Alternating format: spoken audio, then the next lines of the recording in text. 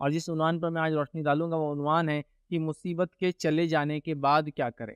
جب یہ مصیبت آتی ہے پھر اس کے بعد یہ مصیبت چلی جاتی ہے، اللہ تعالیٰ آزمائش میں ڈالتا بھی مومن کو، نکالتا بھی۔ کبھی آزمائش نہ ہو کہ یہ سزا ہوتی تاکہ ہم اپنی زندگی کو بدلے، اپنے کورس آف لائف کو چینج کرے، ایک نصیحت حاصل کر لیں۔ انسان کی زندگی یاد رکھیے تمام کی تمام آزمائشیں، چاہے خوشی میں ہو چاہے غم میں ہو، مصیبت کے بعد ملی آسانی اور نعمت کو بھی آزمائش ہے، اس کا یقین رکھنا ہے۔ مصیبت کے جانے کے بعد ہم کو کیا کرنا ہے؟ اللہ کی حمد و ثنا اور اس کی شکر کرنا ہے۔ زبان سے بھی اللہ کا شکر ادا کرنا ہے اور ہمیں عمل سے بھی اللہ کا شکر ادا کر کے بتانا ہے کہ یاد رکھنا کہ اللہ دوبارہ مصیبت لانے پر قادر ہے۔ اور یہ پوائنٹ جب ہم بھول جائیں گے تو ہر چھوٹی چھوٹی کامیابی ہم کو باغی اور باغی کے ساتھ ساتھ جو ہے اللہ کا نافرمان اور اللہ کے نافرمان کے ساتھ ساتھ گناہ اور معصیت والا بندہ بنا دیں گے۔ رب سے دعا اور گڑ گڑانا جاری رکھنا ہے۔ اللہ اس سے خوش ہوتا ہے کہ بندہ اپنے خامیوں کا اظہار کرے اور اسے توبہ کرے کہ اللہ یہ غلطیاں ہوئی اس سے۔ ہم جو مصیبت کے دوران اللہ سے گڑ گڑاتے ہیں، مناجات کرتے ہیں، دعائیاں دیتے ہیں، روتے دھوتے ہیں، یہ سلسلہ بعد میں بھی جاری رکھنا چاہیے، یاد رکھیے، اس لیے کہ اللہ تعالیٰ اس کو پسند کرتا ہے۔ خطا رحمی کی دعا نہیں کرنا چاہیے اور اسی طرح جو ہے گناہ کی دعا نہیں کرنا چاہیے، تو اللہ قبول ہی کرتا ہے۔ مصیبت کے بعد تسبیح اور استغفار کی کثرت کرے۔ زلزلہ آیا، پریشان ہیں لوگ، جب تک زلزلہ چالو پریشان، زلزلہ ختم ہوا تالیاں، ڈھول، تاشے، تماشے، چیخ رہے ہیں، چلا رہے ہیں، ہو گیا والے جو ہونا تھا، انجوائے کرو، بچ گئے اپن۔ مصیبت کے جانے کے بعد عبادت میں محنت اور رب کی طرف دل لگانا ہے۔ مصیبت کے جانے کے بعد اللہ کی مخلوق پر احسان کرنا جیسے اللہ نے آپ پر احسان کیا ہے۔ مصیبت میں پھنسے لوگوں کی ہر ممکن مدد کرنا، سوشل ورک۔ آئندہ مصیبت نہ آئے اس کی احتیاطی تدابیر کرنا ہے۔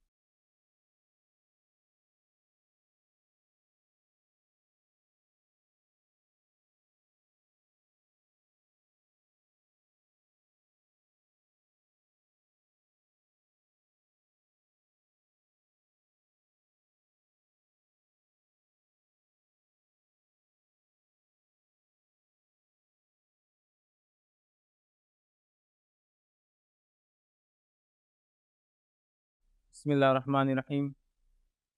ان الحمد للہ نحمده ونستعینه ونستغفره ونعوذ باللہ من شرور انفسنا ومن سیئات اعمالنا من يهدي الله فلا مضل له ومن يضلل فلا هادي له واشهد ان لا اله الا الله وحده لا شريك له واشهد ان محمدا عبده ورسوله وبعد فان خير الحديث كتاب الله وخير الهدي هدي محمد صلى الله عليه وسلم وشر الامور محدثاتها وكل محدثة بدعة وكل بدعة ضلالة وكل ضلالة في النار۔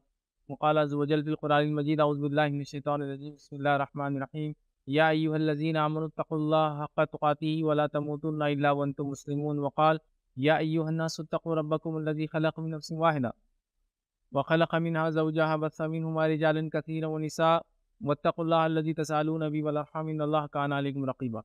وقال يا أيها الذين آمنوا اتقوا الله وقولوا قولا سديدا يصلح لكم أعمالكم ويغفر لكم ذنوبكم ومن يطع الله ورسوله فقد فاز فوزا عظيما۔ اللهم صل على محمد وعلى آل محمد كما صليت على إبراهيم وعلى آل إبراهيم إنك حميد مجيد۔ اللهم بارك على محمد وعلى آل محمد كما باركت على إبراهيم وعلى آل إبراهيم إنك حميد مجيد۔ رب اشرح لي صدري ويسر لي أمري واحلل عقدة من لساني يفقهوا قولي۔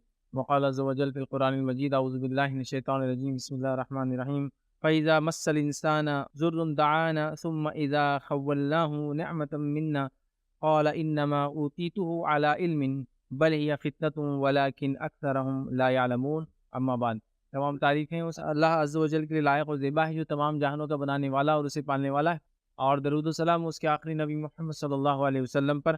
الحمدللہ ہم تمام یہاں اس ہفتے واری درس کے لیے جمع ہوئے ہیں، اور انشاءاللہ العزیز اس مختصر سے وقت میں آپ تمام کے سامنے ایک بہت ہی اہم عنوان پر روشنی ڈالنے کی کوشش کروں گا، اور جس عنوان پر میں آج روشنی ڈالوں گا وہ عنوان ہے کہ مصیبت کے چلے جانے کے بعد کیا کریں۔ ہم لوگوں نے الحمدللہ اس سے پہلے بھی کئی ٹاپکس دیکھے جس میں ہم نے یہ بات دیکھی تھی کہ مصیبت کی آنے سے پہلے اس کو ٹالنے کے لیے کیا کریں، دعائیں، اذکار، نبی اکرم صلی اللہ علیہ وسلم کا طریقہ اور وہ تمام باتیں دیکھی۔ پھر ہم نے یہ دیکھا جب آزمائش سے انسان گزر رہا ہو، مصیبت سے گزر رہا ہو تو کیا کرے، وہ ایک ٹاپک تھا۔ یہ اب تھرڈ ٹاپک ہے اسی سیریز کے اندر ہمارا، اور وہ ہے کہ مصیبت چلے جانے کے بعد کیا کریں۔ مطلب مصیبت سے مراد یہاں کچھ بھی ہو سکتا ہے، ایکسیڈنٹ ہو سکتا ہے، بیماری ہو سکتا ہے، زلزلہ ہو سکتا ہے، آندھی ہو سکتا ہے، طوفان ہو سکتا ہے، باڑھ ہو سکتا ہے، لینڈ سلائڈ ہو سکتا ہے، ایکس وائی زیڈ، مطلب کوئی بھی ایسی چیز جس میں انسان مصیبت میں آ جاتا ہے، پریشانی میں آ جاتا ہے، اور جان، مال اور عزت کا اس کا معاملہ جو ہے داؤ پہ لگ جاتا ہے۔ مطلب جان مال تو ہم سمجھتے ہیں مصیبت ہے، لیکن ظاہر سی بات ہے کسی کی عزت پہ کوئی بات آ جائے، عزت پہ کوئی الزام لگ جائے تو وہ بھی تو ایک قسم کی مصیبت ہی ہے، اور اس سے بھی انسان نکل جاتا ہے۔ تو جان مال اور عزت پہ جب کوئی الزام، کوئی تکلیف، کوئی پریشانی، کوئی نقصان، سمجھے نا آپ، کوئی کمی آ جائے تو یہ مصیبت کہلائیں گے ایک عام زبان میں۔ جب یہ مصیبت آتی ہے پھر اس کے بعد یہ مصیبت چلی جاتی ہے، اللہ تعالیٰ آزمائش میں ڈالتا بھی مومن کو، نکالتا بھی۔ کبھی آزمائش نہ ہو کہ یہ سزا ہوتی تاکہ ہم اپنی زندگی کو بدلے، اپنے کورس آف لائف کو چینج کرے، ایک نصیحت حاصل کر لے۔ جب یہ چلی جاتی ہے تو ہم کو کیا کرنا ہے؟ ورنہ ہوتا یہ کہ ہم یہ سمجھتے ہیں کہ جو مصیبت اور پریشانی آئی تھی، ٹھیک ہے، وہ اللہ کی طرف سے تھی، اب جب چلی گئی تو وہ ہماری کوشش کا نتیجہ ہے، لہٰذا پھر اس کو ہم اپنے ڈھنگ سے سیلیبریٹ کریں گے، منائیں گے، اور مختلف قسم کے توہم، مختلف قسم کے رواجات جو غیر شرعی ہیں، مختلف قسم کے خوشیاں منانے کے طریقے لوگ اختیار کرتے ہیں مصیبت کے جانے کے بعد، سمجھ رہا، جو کہ کبھی کبھار اکثر غیر شرعی بھی ہوتے ہیں، یا پھر ہم لوگوں کو چونکہ اس معاملے میں کسی نے گائیڈ نہیں کیا کہ خوشی کیسے منائیں، غم کیسے منائیں، دکھ کیسے منائیں، مصیبت میں پڑ جائے تو کیا کرے، مصیبت ہٹانے کے لیے کیا کرے، مصیبت چلی جائے تو کیا کرے، گائیڈ لائنس نہیں ہے، تو ہم لوگ کیا کرتے ہیں اس معاملے میں پھر اپنی منمانی کرنا شروع کر دیتے ہیں، آپ سمجھ رہے؟ تو آج کا لیکچر اسی سلسلے میں ہوگا کہ جب مصیبت، دکھ، پریشانی، تکلیف، بیماری، زلزلے، یا جس کو ایکٹ آف گاڈ بولتے ہیں، نیچرل کیلامیٹیز ہوتے ہیں، پینڈیمکس ہوتے ہیں، ایپیڈیمکس ہوتے ہیں، ڈیسیزز ہوتے ہیں، سمجھ رہے آپ، جس کو تعاون کہا جاتا ہے، تو مختلف چیزیں جب مصیبتیں انسان پر آتی ہے اور آنے کے بعد پھر چلی جاتی ہے، تو جانے کے بعد انسان کیا کرے، یہ بڑی اہم چیز ہے، ورنہ اگر ہم نے اس میں بھی نبی اکرم صلی اللہ علیہ وسلم کا طریقہ، رب العزت نے کیا رہنمائی کی، نبی اکرم صلی اللہ علیہ وسلم نے کیسے اس پہ عمل کیا، نہ جانیں گے تو پھر ہوگا یہ کہ ہمارا وہ عمل مصیبت جانے کے بعد جو ہم کریں گے وہ ناشکری والا عمل ہوگا، نتیجتاً پھر ایک نئی مصیبت کے لیے ہم تیار ہو جائیں گے۔ تو کیوں نہ ہو جس مصیبت سے گزرے اس کو ہم یاد کرتے ہوئے ان طریقوں کو اپنا لے جو محمد صلی اللہ علیہ وسلم نے ہم کو بتایا، نبی اکرم صلی اللہ علیہ وسلم نے بتایا، کیا، عمل کیا، صحابہ کی کثیر جماعت نے اس پہ عمل کیا۔ تو آئیے آج کا عنوان ہوگا مصیبت چلی جانے کے بعد ہم کیا کریں، ہمارا رویہ، ہمارا معاملہ، ہمارے اعمال کیسے ہو، میں آپ کے سامنے رکھوں گا۔ میں اس کو 10 نکات کی شکل میں آپ کے سامنے بات رکھوں گا، 10 پوائنٹس کے فارم میں آپ کے سامنے بات رکھوں گا، لیکن اس بات کو آپ سمجھ لیں کہ یہ نکات کی ترتیب میری اپنی ہے، تو کوئی ضروری نہیں پہلے اس پہ عمل کرنا، دوسرا اس پہ، تیسرا، یہ میں نے سمجھانے کے لیے 1 2 3 4 5 6 نمبرنگ دی ہے، لیکن ان نمبرنگ کی ترتیب میں ضروری نہیں ہے، کوئی بھی چیز آگے اور پیچھے اس میں وقت، ضرورت، زمین، زمانہ اور حالات کے اعتبار سے کی جا سکتی ہے، آپ سمجھ رہے بات کو۔ اب مصیبت سے پہلے کیا کرنا ہے میں اس کی باتیں نہیں رکھوں گا، مصیبت کے دوران کیا کرنا ہے وہ بھی میں نہیں رکھوں گا، اور نہ آپ بولیں گے یار مصیبت آئی تو اس کا بیچ کا تو نہیں رکھے، کیونکہ آلریڈی ہم یہ باتیں دیکھ چکے ہیں، ابھی مصیبت جا چکی ہے، اس کے بعد کی ساری باتیں میں آپ کے سامنے رکھوں گا۔ ہو سکتا ہے کچھ باتیں مصیبت کے دوران بھی آپ نے کی ہو، بٹ بعد میں کیا کرنا ہے ان باتوں پہ میرا زور رہے گا آج، تو 10 نکاتی شکل میں یہ بات میں رکھنے کی آپ کے سامنے کوشش کروں گا۔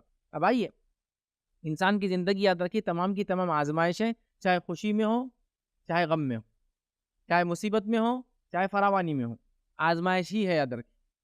مطلب یہ غلط فہمی میں کوئی نہ رہے کہ میں غریب ہوں تو آزمائش ہے اور مالدار ہوں تو آزمائش نہیں ہے، غریبی بھی آزمائش ہے، مال کی کمی سے اللہ آزماتا ہے، مالداری بھی آزمائش ہے، اللہ مال زیادہ دے کے آزماتا ہے، غریبی میں اللہ ہمارے شکر اور صبر کو چیک کرتا ہے، اور مالداری میں اللہ رب العزت جو نعمتیں اللہ نے دی اس میں ہم کیسا شکر بجا لاتے ہیں، غریبوں کا حق دیتے نہیں دیتے ہیں، فرض زکوٰۃ ادا کرتے ہی نہیں کرتے ہیں، حج وغیرہ کی جو چیزیں وہ ہم کرتے ہی نہیں کرتے، اللہ تعالیٰ ہم کو آزماتا ہے، تو مال دے کر بھی اللہ آزماتا ہے اور مال لے کر بھی آزماتا ہے، مصیبتیں دے کر بھی آزماتا ہے، فراوانی دے کر بھی آزماتا ہے۔ یہ غلط فہمی میں مت رہیے کہ مصیبت بولے تو صرف تکلیف ہے، فراوانی بھی ایک قسم کی آزمائش ہو سکتی ہے، تو ایک مومن کی زندگی کی تمام شعبے، چاہے تنگی کے ہو، چاہے فراوانی کی ہو، یہ آزمائش ہے، آپ کو ہم کو سمجھنا، مصیبت نہیں لیکن آزمائش ہے، ٹیسٹ ہے، آزمائش مطلب ٹیسٹ ہے، ٹھیک ہے، جس میں ٹیسٹ کے اندر اگر تکلیف والا ہے تو مصیبت کہلائیں گا، ٹھیک ہے، تو ٹیسٹ ہوتی ہے پہلی چیز۔ دوسرا، عام طور سے دیکھا گیا ہے کہ جب اللہ کسی انسان کو مصیبت اور تکلیف، پریشانی، دکھ میں ڈالتا ہے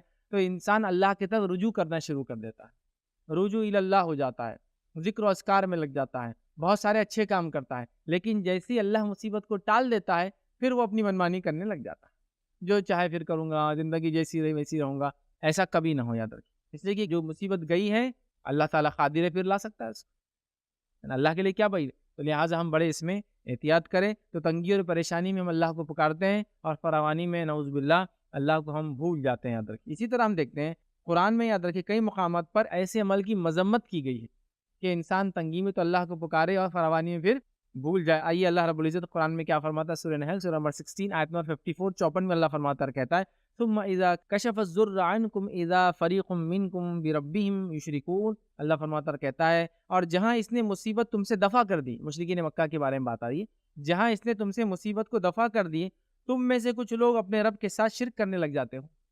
جہاں مصیبت تھی تو بڑے توحید پرست تھے, اللہ کو یاد کر رہے تھے, ایک اللہ کو مان رہے تھے, اسی کی نظر منت مرادیں کر رہے تھے, اور جو ہی اللہ نے فراوانی دے دی, مصیبت کو ہٹا دیا, پھر لگ گئے شرک کے اندر. اور مشرکین مکہ ہی بہت کرتے تھے, خاص طور سے اگر وہ سمندری سفر میں ہوتے, کوئی مصیبت آتی تو اللہ کو یاد کرتے, سارے معبودوں کو بھول جاتے, اور جیسی اللہ خشکی میں لا دیتا, زمین پہ لا دیتا, پھر اپنا شرک چالو کر دیتے. اللہ نے فرمایا تم میں سے اکثر لوگ ایسے ہیں کہ جب اللہ ان سے مصیبت دفع کرتا ہے, دفع کر دیتا ہے, ہٹا دیتا ہے, پھر اپنے رب کے ساتھ شرک کرنے لگ جاتے ہیں.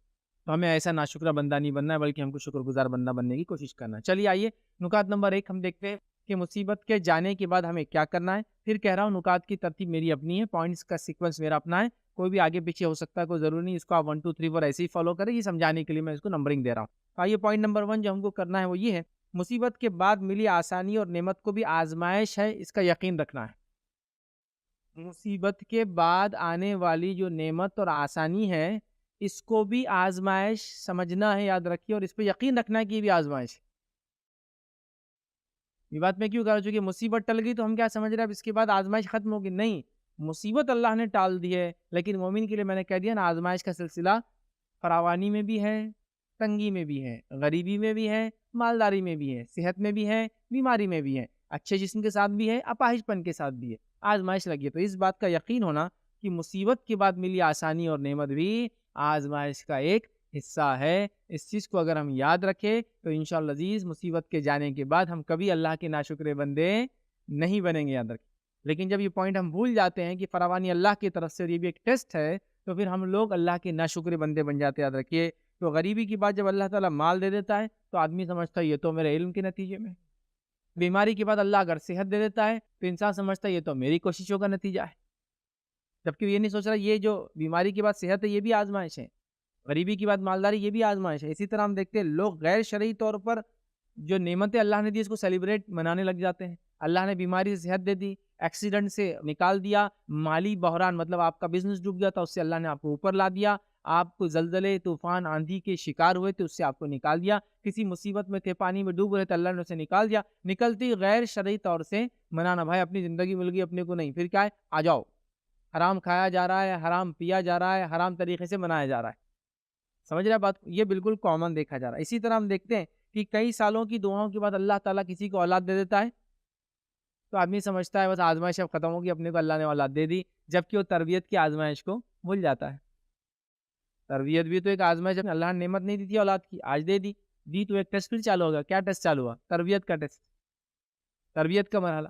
ابراہیم علیہ السلام کو لیجیے آپ, اللہ نے اولاد نہیں دی تھی, جب دی تو کہا قربان کرو اللہ کے لیے, پھر ٹیسٹ چالو ہو گیا. تو نعمت نہیں تھی, مطلب مصیبت میں تھے یا نعمت نہیں تھی اولاد کی, تب بھی ابراہیم علیہ السلام دعا کر رہے تھے. اللہ نے اولاد دے دی تب بھی اللہ آزما رہا ہے. تو نعمت کے بعد کبھی یہ مت سمجھنا کہ اب تو ختم ہو گیا, آپ کچھ نہیں, بالکل ہم بالکل وہ رہیں گے. تو مصیبت کے بعد ملی نعمت بھی یاد رکھیے وہ بھی ایک آزمائش ہے, وہ بھی ایک ٹیسٹ ہوتا ہے ہمارا, اللہ ہم کو آزماتا ہے ہم کیسے اترتے ہیں. اور غریبی کے بعد انسان امیری نصیب ہوتی ہے تو یہ بھول جاتا ہے کہ اللہ کا شکر ادا کرے, یا اولاد کے نہیں ہونے کے بعد اولاد دیتا ہے تو انسان بھول جاتا ہے شکر ادا کرے اور اس کو آزمائش نہیں سمجھتا. بیماری کے بعد اللہ صحت دیتا ہے, ایکسیڈنٹ کے بعد اللہ شفا دے دیتا ہے, یا اسی طرح مالی نقصان کے بعد اللہ تعالیٰ اس سے اٹھا کے بزنس کو پھر بڑھا دیتا ہے, کھیتی ڈوبنے کے بعد اللہ تعالیٰ پھر کھیتی دیتا ہے, زمینات جو لی گئی بڑی مصیبت میں چھوٹی موٹی اللہ تعالیٰ اس کی ریٹ بڑھا کے پھر آپ کو آزماتا ہے. ساری چیزیں آزمائش ہوتی ہے, یاد رکھیے. انسان بھول جاتا ہے. اللہ رب العزت نے سورہ زمر سورہ نمبر 39 اور آیت نمبر 49 میں فرمایا اور کہا فَإِذَا مَسَّ الْإِنسَانَ ضُرٌّ دَعَانَا ثُمَّ إِذَا خَوَّلْنَاهُ نِعْمَةً مِنَّا قَالَ إِنَّمَا أُوتِيتُهُ عَلَىٰ عِلْمٍ. اللہ فرماتا اور کہتا ہے انسان کو جب کوئی تکلیف پہنچتی ہے تو ہمیں پکارنے لگتا ہے, پھر جب ہم اسے اپنی طرف سے کوئی نعمت عطا کر دیتے ہیں تو کہنے لگتا ہے یہ تو محض میرے علم کی وجہ سے ہے, میری کوشش, میرا علم, میری وجہ سے یہ چیز ہوئی ہے. اللہ فرماتا ہے بل ہی فتنۃ, اللہ فرماتا اور کہتا ہے بلکہ یہ آزمائش ہے اس کے لیے, ٹھیک ہے, ولیکن اکثرہم لا یعلمون, لیکن اکثر لوگ ہی جانتے نہیں ہیں کہ اللہ بیماری کے بعد فراوانی دے کر آزمائش کرتا ہے, غریبی کے بعد مالداری دے کر آزمائش کرتا ہے, اولاد کو نہ دے کر پھر اولاد دے کے آزمائش کرتا ہے. سمجھ رہے ہیں بات کو؟ زلزلے آندھی طوفان کے بعد انسان کو ٹیسٹ کرتا ہے کہ زندگی بدلایا, پھر وہی زندگی بھی چلتا ہے. تو اللہ فرما رہا ہے یہ آزمائش ہے، تو اس کا یقین ایک مومن کو ہو کہ مصیبت جانے کے بعد فراوانی بھی ایک ٹیسٹ ہے۔ یہ پہلی چیز یاد رکھنا ہے مصیبت کے جانے کے بعد، ورنہ اگر یہ بھول گئے تو ہم ٹیسٹ میں فیل ہو جائیں گے، اور جب تک یہ یاد ہوں گا انشاءاللہ عزیز ہماری جس کو بولیں گے لائف، ہماری گاڑی صحیح پٹری پہ چلتے رہیں گے۔ یاد رکھیں۔ آئیے سیکنڈ پوائنٹ جو یاد رکھنا ہے مصیبت کے جانے کے بعد ہم کو کیا کرنا ہے، اللہ کی حمد و ثنا اور اس کی شکر کرنا ہے۔ اس لیے میں نے شروع میں کہہ دیا پوائنٹس ترتیب میں نہیں، آپ کو جو پہلے جو بعد میں جیسا بھی ہو سکتا ہے، ٹھیک ہے۔ تو اللہ کی حمد و ثنا تو آپ پہلے بھی کر رہے ہوں گے، مصیبت کے دوران بھی کر رہے ہوں گے، مصیبت کے بعد بھی کر رہے ہیں، ٹھیک ہے۔ چلیے، تو اللہ کی حمد و ثنا اور شکر بیان کرنا یاد رکھیے کہ اللہ کا شکر ہم ہمیشہ کریں، اور اللہ کا شکر زبان سے بھی اور دل سے بھی ہو، یاد رکھیے۔ اللہ کا شکر جو ہے زبان سے بھی ہو اور دل سے بھی ہو، اس بات کو ہم یاد رکھیے، اس لیے کہ بہت ساری بار ہم لوگ الحمدللہ منہ سے تو کہتے ہیں، الحمدللہ کہتے ہیں نا منہ سے، لیکن ہمارے زندگی میں اس الحمدللہ کا اثر نظر نہیں آتا ہے نا۔ الحمدللہ ہم اللہ کا شکر ادا کر رہے ہیں اور بڑے اس سے جو الحمدللہ کہہ رہے ہیں، لیکن ہمارے زندگی میں اس کا اثر نظر نہیں آتا۔ تو ہمیں زبان سے بھی اللہ کا شکر ادا کرنا ہے اور ہمیں عمل سے بھی اللہ کا شکر ادا کر کے بتانا ہے۔ اس بات کو سمجھنے کی بے حد یاد رکھیے، بہت زیادہ ضرورت ہے، یاد رکھیے، اس لیے کہ اللہ رب العزت قرآن میں فرماتا اور کہتا ہے، سورہ مومنون سورہ نمبر 23 اور آیت نمبر 28 میں اللہ فرماتا اور کہتا ہے فَإِذَا اسْتَوَيْتَ أَنْتَ وَمَن مَّعَكَ عَلَى الْفُلْكِ فَقُلِ الْحَمْدُ لِلَّهِ الَّذِي نَجَّانَا مِنَ الْقَوْمِ الظَّالِمِينَ۔ اللہ فرماتا اور کہتا ہے جب تو اور تیرے ساتھی کشتی پر اطمینان سے بیٹھ جاؤ، نوح علیہ السلام کو اللہ بیان کرا ہے، جب تم اور تمہارے ساتھی کشتی پر اطمینان کے ساتھ بیٹھ جائے، اور یہ کشتی میں اطمینان کے ساتھ کب بیٹھے وہ؟ جب طوفان آیا، مطلب مصیبت شروع ہو رہی ہے، اور مصیبت کو ہٹانے کا ایک ذریعہ کیا ہے؟ تکلیف کے اندر آپ کو اگر پانی میں آپ ڈوب رہے اور کشتی مل جائے تو یہ ایک نجات ہے، مصیبت سے اللہ بچا رہا ہے نا۔ تو جب نوح علیہ السلام کو بیان کیا جا رہا ہے جب تم اور تمہارے ساتھی کشتی میں اطمینان کے ساتھ بیٹھ جاؤ، مطلب پانی اور باڑھ کی مصیبت سے تم بچ جاؤ، تو کہنا سب تعریف اللہ کے لیے ہے نا۔ تو کیا کہنا؟ اللہ نے فرمایا فَقُلِ الْحَمْدُ لِلَّهِ الَّذِي نَجَّانَا، الحمدللہ تمام تعریف اللہ کے لیے، سے نجات دی ہم کو ایک ظالم ہم سے مراد وہ شرک کرتی تھی، اور شرک ظلم ہے، یاد رکھیں ان الشرک لظلم عظیم، شرک سب سے بڑا ظلم ہے، ٹھیک ہے۔ تو یہ کہنا مصیبت جانے کے بعد کیا کہنا، ویسے تو پہلے بھی کہنا بیچ میں بھی کہنا، لیکن چونکہ ہم بات کا دیکھ رہے ہیں اس لیے خاص رکھ رہا ہوں، الحمدللہ زبان سے بھی ہو اور دل سے بھی ہو، یاد رکھیں۔ اسی طرح اللہ رب العزت نے موسیٰ علیہ السلام کو سورہ ابراہیم سورہ نمبر 14 اور آیت نمبر 7 میں کہا، 7 میں کہا، فرمایا وَإِذْ تَعَذَّنَ رَبُّكُمْ لَئِن شَكَرْتُمْ لَأَزِيدَنَّكُمْ وَلَئِن كَفَرْتُمْ إِنَّ عَذَابِي لَشَدِيدٌ۔ اللہ فرماتا کہتا ہے اور تمہارا پروردگار تمہیں آگاہ کر دیا ہے کہ اگر تم شکر گزاری کرو گے تو بے شک میں تمہیں زیادہ دوں گا، اور اگر تم ناشکری کرو گے تو یقیناً میرا عذاب بڑا سخت ہے۔ یہ موسیٰ علیہ السلام کو اللہ نے بات بیان کی تھی، اور آپ نے بنی اسرائیل کو یہ بات بیان کر دی کہ شکر ادا کرو گے تو زیادتی پاؤں گے، ناشکری کریں گے تو ہمارا عذاب، ہماری پکڑ بہت سخت۔ تو کیا کرنا ہے ہم کو؟ اللہ کا شکر ادا کرنا ہے زبان سے اور دل سے۔ تو کیا ہے زبان پہ تو ہے الحمدللہ، اور دل میں ہے کہ کیا سب تو لٹ گئے، اب کیا فائدہ، چلا الحمدللہ، فائدہ نہیں ہوتا، پھر فائدہ نہیں ہوتا، چونکہ آپ ٹیسٹ میں ناکام رہے۔ اللہ دے کر بھی آزماتا ہے اور لے کر بھی آزماتا ہے، اس بات کو یاد رکھیں۔ چلیے آئیے تھرڈ پوائنٹ کیا کرنا ہے مصیبت کے جانے کے بعد، وہ یہ ہے، یاد رکھیے کہ یاد رکھنا کہ اللہ دوبارہ مصیبت لانے پر قادر ہے، کیونکہ جب مصیبت سے ہم نکل جاتے ہیں تو ایسی ایسی حرکتیں کرنے لگتے ہیں جیسا کہ اب اللہ اگلی بار یہ ٹیسٹ میں ہم کو ڈالنے والا ہی نہیں ہے۔ یہ تھرڈ پوائنٹ بہت امپورٹنٹ ہے، یاد رکھنا ہمیشہ کہ اللہ پھر سے دوبارہ ایسی یا اس سے بڑی مصیبت لانے پر قادر ہے۔ جب تک یاد رکھیے یہ پوائنٹ ذہن میں رہیں گا، ہم اللہ کے شکر گزار بندے بنے رہیں گے، اور یہ پوائنٹ جب ہم بھول جائیں گے تو ہر چھوٹی چھوٹی کامیابی ہم کو باغی، اور باغی کے ساتھ ساتھ جو ہے اللہ کا نافرمان، اور اللہ کے نافرمان کے ساتھ ساتھ گناہ اور معصیت والا بندہ بنا دیں گے، سمجھے؟ تو اللہ اس سے بڑی مصیبت لا سکتا ہے، اس بات کو ہمیشہ ذہن میں رکھنا، تو نعمتیں پھر باقی بھی رہتی ہے اور ہم بھی شکر گزار بندے بنتے ہیں، ٹھیک ہے۔ اسی طرح جو ہے اس چیز کو ذہن میں رکھنا، جس رب نے غم سے نجات دی ہے وہ اس پر قادر ہے کہ اس سے پچھلے غم سے بڑا غم تم پر لاتے، اس پہ قادر ہے۔ آئیے میں آپ کو بات بتاتا ہوں، جو سورہ بنی اسرائیل سورہ نمبر 17 اس کی آیت نمبر جو ہے 67 to 69 میں اللہ نے فرمایا اور کہا، دیکھیے کیا فرمایا، وَإِذَا مَسَّكُمُ الضُّرُّ فِي الْبَحْرِ ضَلَّ مَن تَدْعُونَ إِلَّا إِيَّاهُ فَلَمَّا نَجَّاكُمْ إِلَى الْبَرِّ أَعْرَضْتُمْ وَكَانَ الْإِنسَانُ كَفُورًا۔ ہم نے اللہ فرماتا کہتا ہے اور سمندروں میں مصیبت پہنچتی ہے، جنہیں تم جس کو پکارتے تھے سب گم ہو جاتے ہیں۔ جب سمندر میں تم کو گم، اور میں نے بات آتی تھی مشرکین مکہ سمندر میں جب مصیبت آتی تو کس کو پکارتے تھے؟ خالص اللہ کو، چونکہ وہ جانتے تھے اللہ ہی صرف حق ہے۔ تو اللہ فرما رہا ہے اور سمندروں میں مصیبت پہنچتے ہی جنہیں تم پکارتے تھے سب گم ہو جاتے ہیں تمہارے پاس سے، صرف وہی اللہ باقی رہ جاتا ہے تمہارے پاس، پھر کسی اور کو نہیں پکارتے ہو، اللہ کو یاد کرتے ہو، ہے نا؟ پھر جب وہ تمہیں خشکی کی طرف، زمین کی طرف بچا لاتا ہے تو تم منہ پھیر لیتے ہو، اور انسان بڑا ناشکرا ہے، جب خشکی کی طرف آئے تو ناشکرا ہو جاتا ہے۔ پھر اللہ کیا فرماتا ہے، غور سے سنیے، تو کیا تم اس سے بے خوف ہو گئے ہو کہ تمہیں خشکی کی طرف لے جا کر زمین میں دھسا دے؟ کیا تم کو اس کا خوف نہیں؟ اللہ تعالیٰ جب پانی میں بچا سکتا ہے، زمین میں تم کو دھسا بھی سکتا ہے، یا پتھروں کی آندھی تم پر برسا دے، پتھروں کی بارش تم پر کر دے، پھر تم اپنے لیے کسی نگہبان کو نہ پا سکو گے۔ مطلب سمندر میں اگر اللہ رب ہے تو زمین پر بھی اللہ ہی رب ہے۔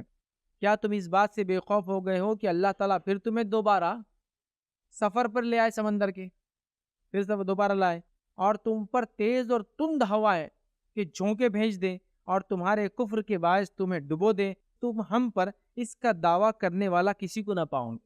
مطلب کوئی اللہ پر دعویٰ نہیں کر سکتا کہ ایسا کیوں ہمارے ساتھ۔ تو اللہ کہہ رہا ہے کہ جب سمندر میں ہوتے ہو تو اللہ سے مانگتے ہو، اللہ سمندر سے نکال دیتا ہے تو غیر اللہ کو مانگتے ہو، کیا بھول جاتے ہو اللہ زمین کے اوپر بھی تم کو دھسا سکتا ہے، آسمان سے پتھر کی بارش کر سکتا ہے، اور دوبارہ تم کو کشتی میں لا سکتا ہے، دوبارہ سفر کرا کے پھر تم پر ہوائیں بھیج سکتا ہے، اور اس سے بڑے عذاب میں، اس سے بڑی تکلیف مبتلا کر سکتا ہے۔ تو اس بات کو یاد رکھنا ہمیشہ ضروری ہے کہ جس اللہ نے مصیبت دی ہے، اگر ہم اس کا شکر ادا نہیں کریں گے، مصیبت جانے کے بعد جو اللہ نے اس کے رسول نے بتایا وہ نہ کریں گے، تو اللہ واپس سے اس سے بڑی مصیبت ہم کو لا سکتا ہے۔ اور وہی ضروری نہیں ہے، اس سے ہٹ کر کسی اور جگہ سے بھی مصیبت لا سکتا ہے۔ آج مال میں آئی ناشکری کی ہم نے، کل جان میں آئیں گی ناشکری کی ہم نے، مال دولت عزت آبرو ہر چیز میں آ سکتی ہے آزمائش۔ تو کبھی بھی اس معاملے میں بے خوف نہیں ہونا چاہیے، کیونکہ اللہ کے اوپر کوئی سوال ہی نہیں ہے کہ اللہ سے کوئی کوشچن کرے گا ایسا ہمارے ساتھ کیوں ہوا۔ سمجھ رہے ہیں؟ تو یہ تھرڈ پوائنٹ تھا، بڑا اہم، اس کو یاد رکھنا ہے۔ فورتھ پوائنٹ یاد رکھنا ہے، جو یاد رکھیے کہ مصیبت جانے کے بعد کیا کرنا ہے، وہ ہے رب سے دعا اور گڑ گڑانا جاری رکھنا ہے۔ جس طرح سے ہم نے مصیبت کے دوران مناجات کی، رب کے سامنے گڑ گڑائے، جھکے، آہو بکا کی، روئے دھوئے، اپنی کمزوریاں بتائی، اپنی خامیوں کا اظہار کیا، چونکہ اللہ اس سے خوش ہوتا ہے کہ بندہ اپنی خامیوں کا اظہار کرے اور اسے توبہ کرے کہ اللہ یہ غلطیاں ہوئی اس سے، ٹھیک ہے؟ یہ سب کچھ کیا، جیسے ہی اللہ فراوانی دیتا ہے آدمی سب بھول جاتا ہے۔ تو دعاؤں کا سلسلہ، گڑ گڑانے کا سلسلہ جاری رکھیں، کیونکہ میں نے کئی بار دیکھا لوگ بیمار ہو جاتے ہیں، تو بیمار ہو گئے تو چہرہ بدل گیا، بیمار ہو گئے تو لباس بدل گیا، بیمار ہو گئی تو عادت و تواار بدل گئی، بیمار ہو گئے تو حلال حرام کی تمیز آ گئی، بیماری جیسی ختم ہوئی، چہرہ بدل گیا، لباس بدل گیا، حرام چالو ہو گیا، ہر چیز وہی پہلے زندگی لگ گئی، پھر اگلی بار بیمار ہوئے پھر چہرہ بدل گیا، لباس بدل گیا، تجارتیں بدل گئی، سب وہ کر رہے، پھر بیماری اچھی دی اللہ نے، پھر ویسی ہو جاتی۔ سمجھ رہا؟ تو آہو بکا، مناجات، دعاؤں کا سلسلہ یاد رکھیے، گڑگڑانے کا سلسلہ ہمیشہ جاری رکھنا چاہیے، کیونکہ اللہ تعالیٰ اس چیز کو پسند کرتا ہے کہ بندہ اس کے سامنے عاجز ہو۔ اور اللہ رب العزت نے سورہ یونس سورہ نمبر 10 اور آیت نمبر 12 میں فرمایا کہا، اور جب انسان کو کوئی تکلیف پہنچتی ہے تو ہم کو پکارتا ہے، لیٹے بھی، بیٹھے بھی، کھڑے بھی، پھر جب ہم اس کی تکلیف اس سے ہٹا دیتے ہیں تو وہ ایسا ہو جاتا ہے گویا اس نے اپنی تکلیف کے لیے خواہ جو اسے پہنچی تھی کبھی ہمیں پکارا ہی نہیں تھا۔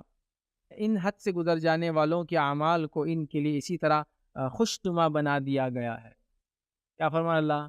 جب اللہ اس کو تکلیف پہنچاتا ہے انسان کو تو دعا کرتا ہے لیٹے سے، بیٹھے سے اور کھڑے سے۔ لیٹے سے مطلب بہت ہی بری حالت ہے نا، اس لیے لیٹا ہوا ہے، بیمار ہے، چل پھر نہیں سکتا، زلزلے میں دب گیا کسی گھر کے نیچے، لیٹا ہوا ہے، پانی میں ڈوب گیا، لیٹا ہوا ہے۔ تو شروعات بھی ایک دم خستہ حال سے اللہ کرا، لیٹے سے کرتا ہے، پھر بیٹھے سے کرتا ہے، بیٹھا ہوا آدمی مطلب لیٹے سے اچھا ہے تھوڑا سا، ہاں، بیٹھے سے کرتا ہے، پھر کھڑے سے بھی کرتا ہے کبھی، لیکن جب مصیبت ہٹاتے تو ایسا ہو جاتا کہ جیسا کبھی مانگا ہی نہیں تھا، کبھی اس کو ضرورت ہی پڑی نہیں تھی اس کے رب۔ ایسا کبھی نہیں ہونا چاہیے، یاد رکھیے۔ ہم جو مصیبت کے دوران اللہ سے گڑگڑاتے ہیں، مناجات کرتے ہیں، دعائیاں دیتے ہیں، روتے دھوتے ہیں، یہ سلسلہ بعد میں بھی جاری رکھنا چاہیے، یاد رکھیے، اس لیے کہ اللہ تعالیٰ اس کو پسند کرتا ہے۔ اور یہ بات میں آپ کو بتا دوں، یہ بات کو آپ غور کر لیں، اگر آپ خوشحالی کے اندر اللہ کو یاد کریں گے تو یاد رکھ لیجیے اللہ تعالیٰ کبھی آپ کو بدحالی میں چھوڑیں گا نہیں، وہ بھی یاد رکھیں۔ اللہ کے رسول صلی اللہ علیہ وسلم نے یہ بات عبداللہ ابن عباس جو چھوٹے بچے تھے ان کو سمجھائی تو کہا تھا، بیٹا یاد رکھ لو کہ اگر تم فراوانی میں اللہ کو یاد رکھو گے تو اللہ تعالیٰ تنگ دستی اور مصیبت میں کبھی تم کو نہیں چھوڑے گا، کبھی نہیں بھولے گا۔ تم اللہ کو خوشحالی میں یاد رکھو اور تنگ دستی میں تمہیں یاد رکھے۔ سمجھ رہے بات؟ آئیے حدیث کا روایت کے الفاظ دیکھیں کس طرح سے خوشحالی کی دعا کتنا فائدہ دیتی ہے۔ کیونکہ ہم لوگ سمجھتے خالی بیمار ہو مصیبت ہو تو دعا کرے، خوشحالی کی دعا کے فائدے سنیے۔ سلسلۃ الحدیث صحیحہ کی روایت ہے، ابو ہریرہ رضی اللہ عنہ فرماتے ہیں، کہتے ہیں رسول اللہ صلی اللہ علیہ وسلم نے فرمایا، جو آدمی اس بات کو پسند کرتا ہے کہ اللہ تعالیٰ سختیوں اور پریشانیوں میں اس کی دعائیں قبول کرے، اسے چاہیے کہ وہ فراخی اور خوشحالی میں بکثرت دعا کرے۔ فراوانی میں بکثرت دعا کرو، تنگ دستی مصیبت پریشانی میں اللہ اس کی دعائیں سنے گا۔ اور ہم الٹا سمجھتے ہیں، ہم سمجھتے ہیں مصیبت میں ہی کرے تو دعا قبول ہوتی، بعد میں کچھ کرنے کی ضرورت نہیں۔ دوسری روایت سنی، جامع ترمذی کی روایت، عبادہ بن صامت رضی اللہ عنہ فرماتے اور کہتے ہیں کہ رسول اللہ صلی اللہ علیہ وسلم فرمایا، زمین پر کوئی بھی مسلمان ایسا نہیں جو گناہ اور قطع رحمی کی دعا چھوڑ کر کوئی بھی دعا کرتا ہے، اللہ تعالیٰ اسے وہ چیز نہ دیتا ہو، مطلب اللہ تعالیٰ دیتا ہی ہے، نہ دیتا ہو، یا اس کے بدلے میں اس کے برابر کسی برائی اور مصیبت کو ٹال دیتا ہو۔ قطع رحمی کی دعا نہیں کرنا چاہیے، اور اسی طرح جو ہے گناہ کی دعا نہیں کرنا چاہیے، تو اللہ قبول ہی کرتا ہے۔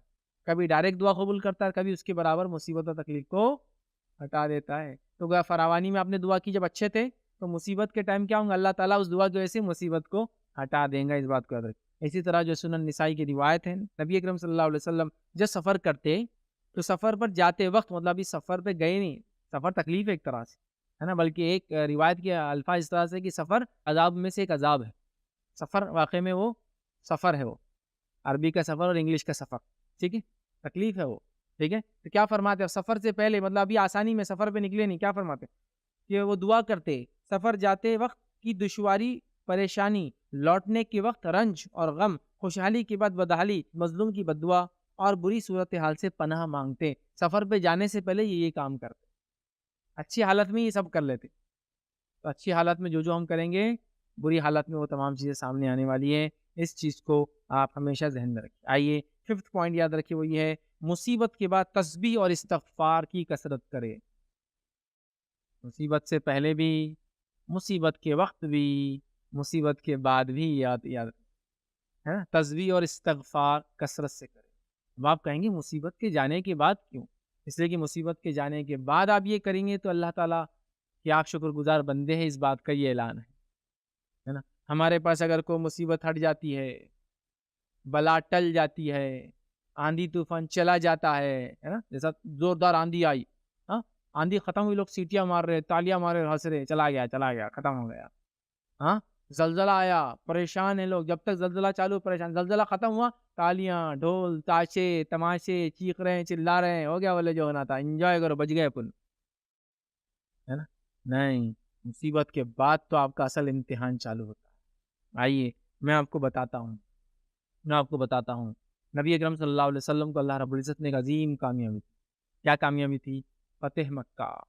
فتح مکہ ایک ایسی کامیابی تھی کہ ایک شخص کو جس نے دعوت دی، اللہ کی طرف لوگوں کو بلایا، لوگوں نے اسے ستایا، اس کی جان لینے پر آ گئے، جس کی وجہ سے اسے اپنا شہر چھوڑ کر جو اس کو محبوب تھا اسے جانا پڑا۔ اب وہ اپنا شہر چھوڑ کر جا کے مکہ چھوڑ کر مدینے میں رہتا ہے۔ اس کے بعد معاہدہ ہوتا ہے حدیبیہ میں، معاہدہ مشرکین مکہ کی طرف توڑا جاتا ہے، نبی اکرم صلی اللہ علیہ وسلم فوج لے کر واپس چڑھائی کرتے مکہ پر۔ ایک شخص جو اپنے وطن سے بے وطن ہوا، رات کے ایک حصے میں خاموشی کے ساتھ اپنے ایک ساتھی کے ساتھ چھوڑ کر زمین جائیداد دن دولت چلا گیا، اب وہ واپس آ رہا ہے ایک فاتح اور کانکرر کی حیثیت سے۔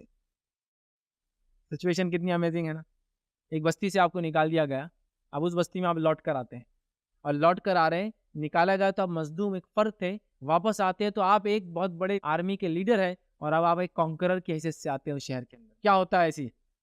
رومی حکومتیں دیکھ لیجئے، بزنطینی حکومتیں دیکھ لیجئے، چینی ہے، بیبلونین ہے، موسیپیٹیمنس ہے، سمیرینس ہے، ایجپشینس ہے، قومیں کی قومیں پڑی، چائنیز ہیں۔ کیا کرتے تھے یہ لوگ؟ جب لوٹ کر آتے اور اس قلعے کو واپس فتح کرتے جو ان سے چھینا گیا تھا، برباد کر دیتے، انسانی جانوں کو ہلاک کرتے، جانوروں کو تک ذبح کر دیتے۔ نبی اکرم صلی اللہ علیہ وسلم بھی واپس لوٹ رہے اپنے شہر، جس بچی سے آپ کو مجبور کر کے نکالا گیا، کیا کرتے ہیں آپ؟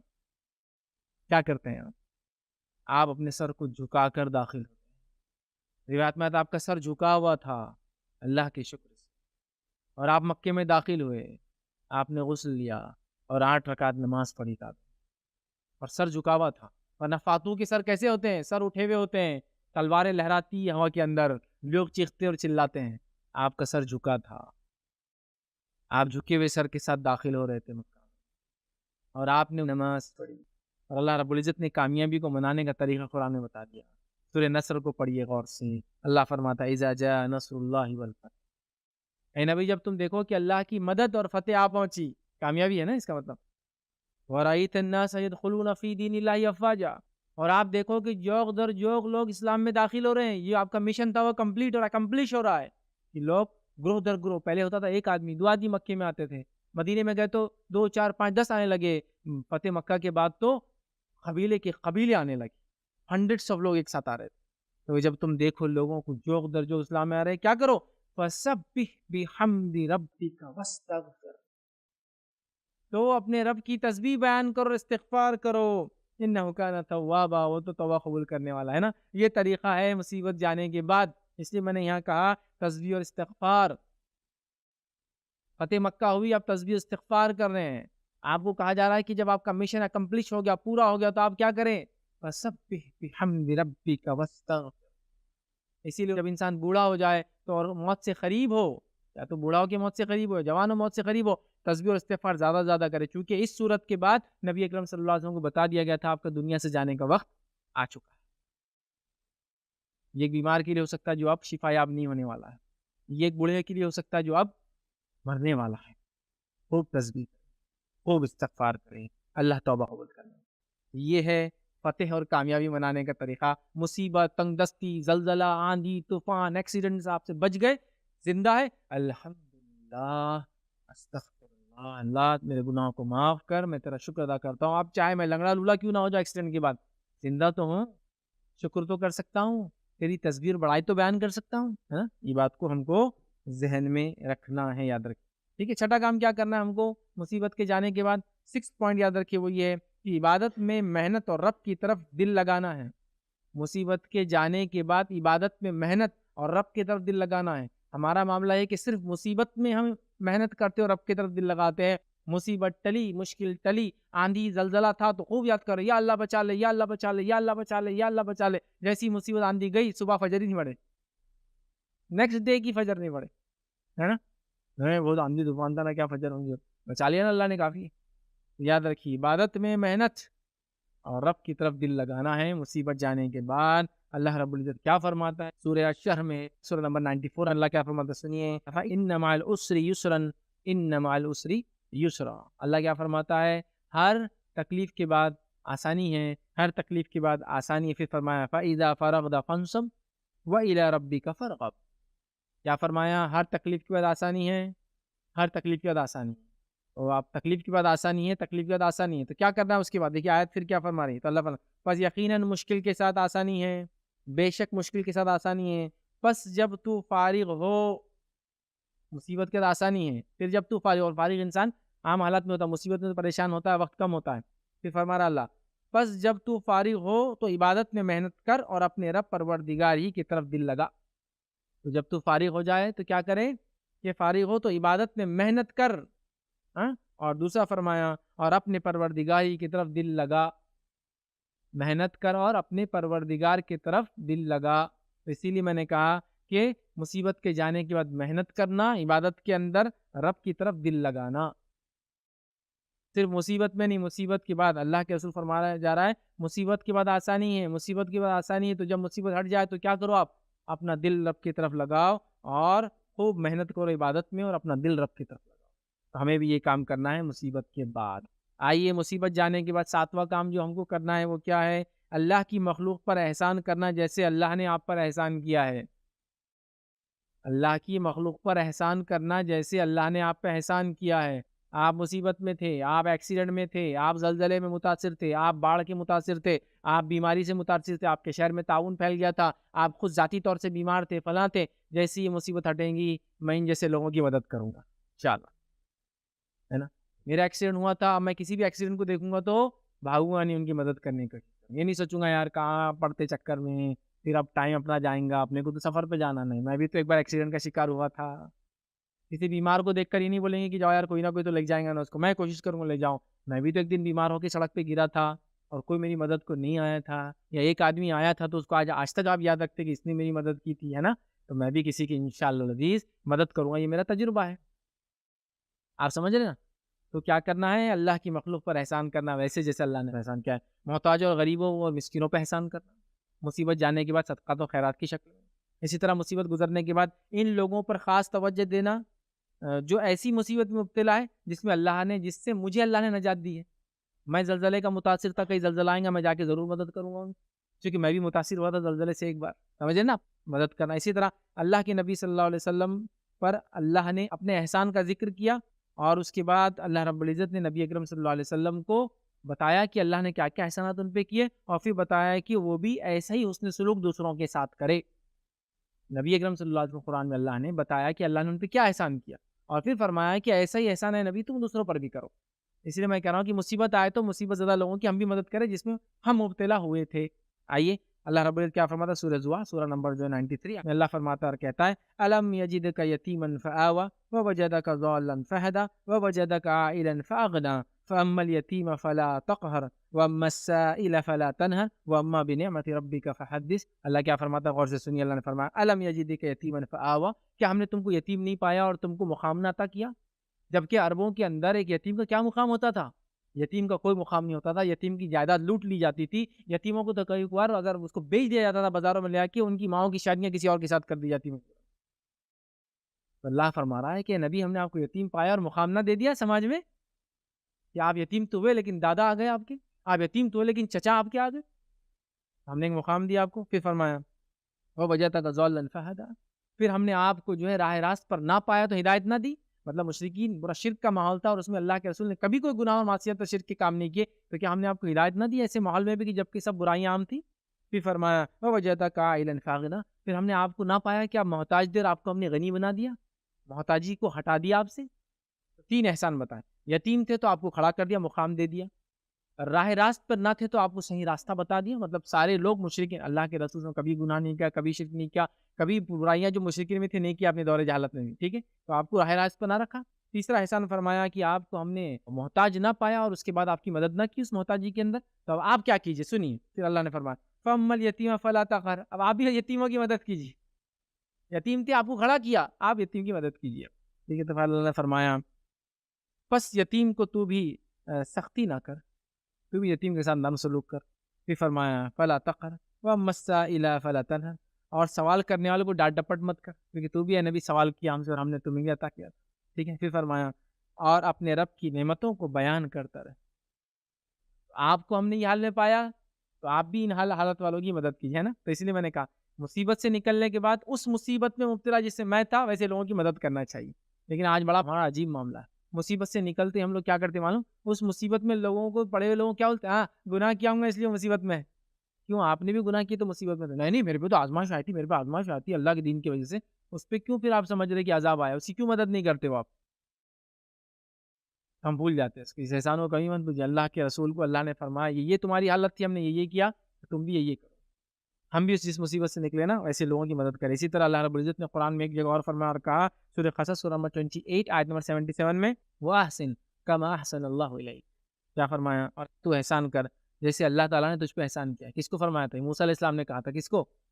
قارون کو، اے قارون اللہ نے تجھے پیسہ دیا ہے تو احسن، احسان کر، بنی اسرائیل تیرے رشتہ دار اتنے غریب ہیں، جیسا اللہ نے تجھ پہ احسان کیا۔ تو کیا کہا تھا قارون نے؟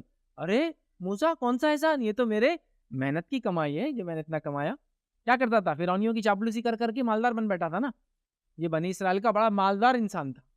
حالانکہ بنی اسرائیل غریبی میں تھی، پستی میں تھی، غلامی میں تھی، لیکن کیا ہوتا غلامی میں بھی تو ایک لیڈر ہوتا نا جو بیچ کھاتا پوری قوم کو، یہ وہ تھا، تو یہ مالدار تھا۔ لیکن اللہ نے کہا احسان کر بنی اسرائیل پہ، جیسا اللہ نے احسان کیا، زکوٰۃ دے، صدقات دے، تو کہا ہے کہ زکوٰۃ صدقہ یہ تو میری محنت کی کمائی ہے، تو احسان کر جیسا اللہ نے احسان کیا، تو مصیبت میں مدد کر جیسے اللہ نے تیری مدد کی تھی دوسروں کے ساتھ، ٹھیک ہے۔ اس بات کو یاد رکھیے۔ 8واں پوائنٹ یاد رکھیے، مصیبت سے جب نکل جائے، نجات مل جائے، تکلیف سے، دکھ سے، پریشانی سے ہم کو کیا کرنا ہے؟ مصیبت یا آفت سے نجات ملے لیکن اس کے تباہ کن اثرات باقی رہ جاتے ہیں، اس صورت میں حال میں اپنے آپ کو اسٹیبل رکھیں۔ مصیبت چلی جاتی ہے لیکن اس کے تباہ کن اثرات باقی رہ جاتے ہیں، اس میں اپنے آپ کو اسٹیبل رکھے۔ پہلا کام اللہ کا ذکر کرتے رہے، شکر کرتے رہے، تقوی اختیار کرے اور اللہ تعالیٰ کا شکر ادا کرے کہ اللہ نے ہم کو زندہ رکھا۔ مصیبت آئی تھی، ایکسیڈنٹ ہوا، آپ دیکھتے کئی لوگ مر جاتے ہیں لیکن آپ بچ گئے اگر شکر ادا کریں۔ زلزلے آئے، کئی لوگ مر جاتے ہیں، کئی لوگوں کے مال گھر برباد ہو جاتے ہیں، شکر کیجئے کہ آپ کا گھر بچا، گھر نہیں بچا تو زندگی جان بچی، تو جو کچھ ہے اس پہ شکر کیجئے، پہلا کام۔ سیکنڈ چیز جو کرنا ہے یاد رکھیے، اسی کے اندر یاد رکھیے، وہ ہے ان لوگوں کو دیکھیں جو آپ سے زیادہ متاثر ہوئے، تباہ کن اثرات اگر ہو رہے اور آپ ٹینشن لے رہے اس کا، تو ان لوگوں کو دیکھیں جو آپ سے زیادہ متاثر ہوئے۔ میں زلزلے میں دب گیا، سروائیور ہوں، زلزلے کا ایک ہاتھ ٹوٹ گیا، لیکن اس کو دیکھیں جس کے دونوں ہاتھ اور پیر چلے گئے، آپ کا الحمدللہ میں کم از کم ایک ہی ہاتھ گیا میرے سے.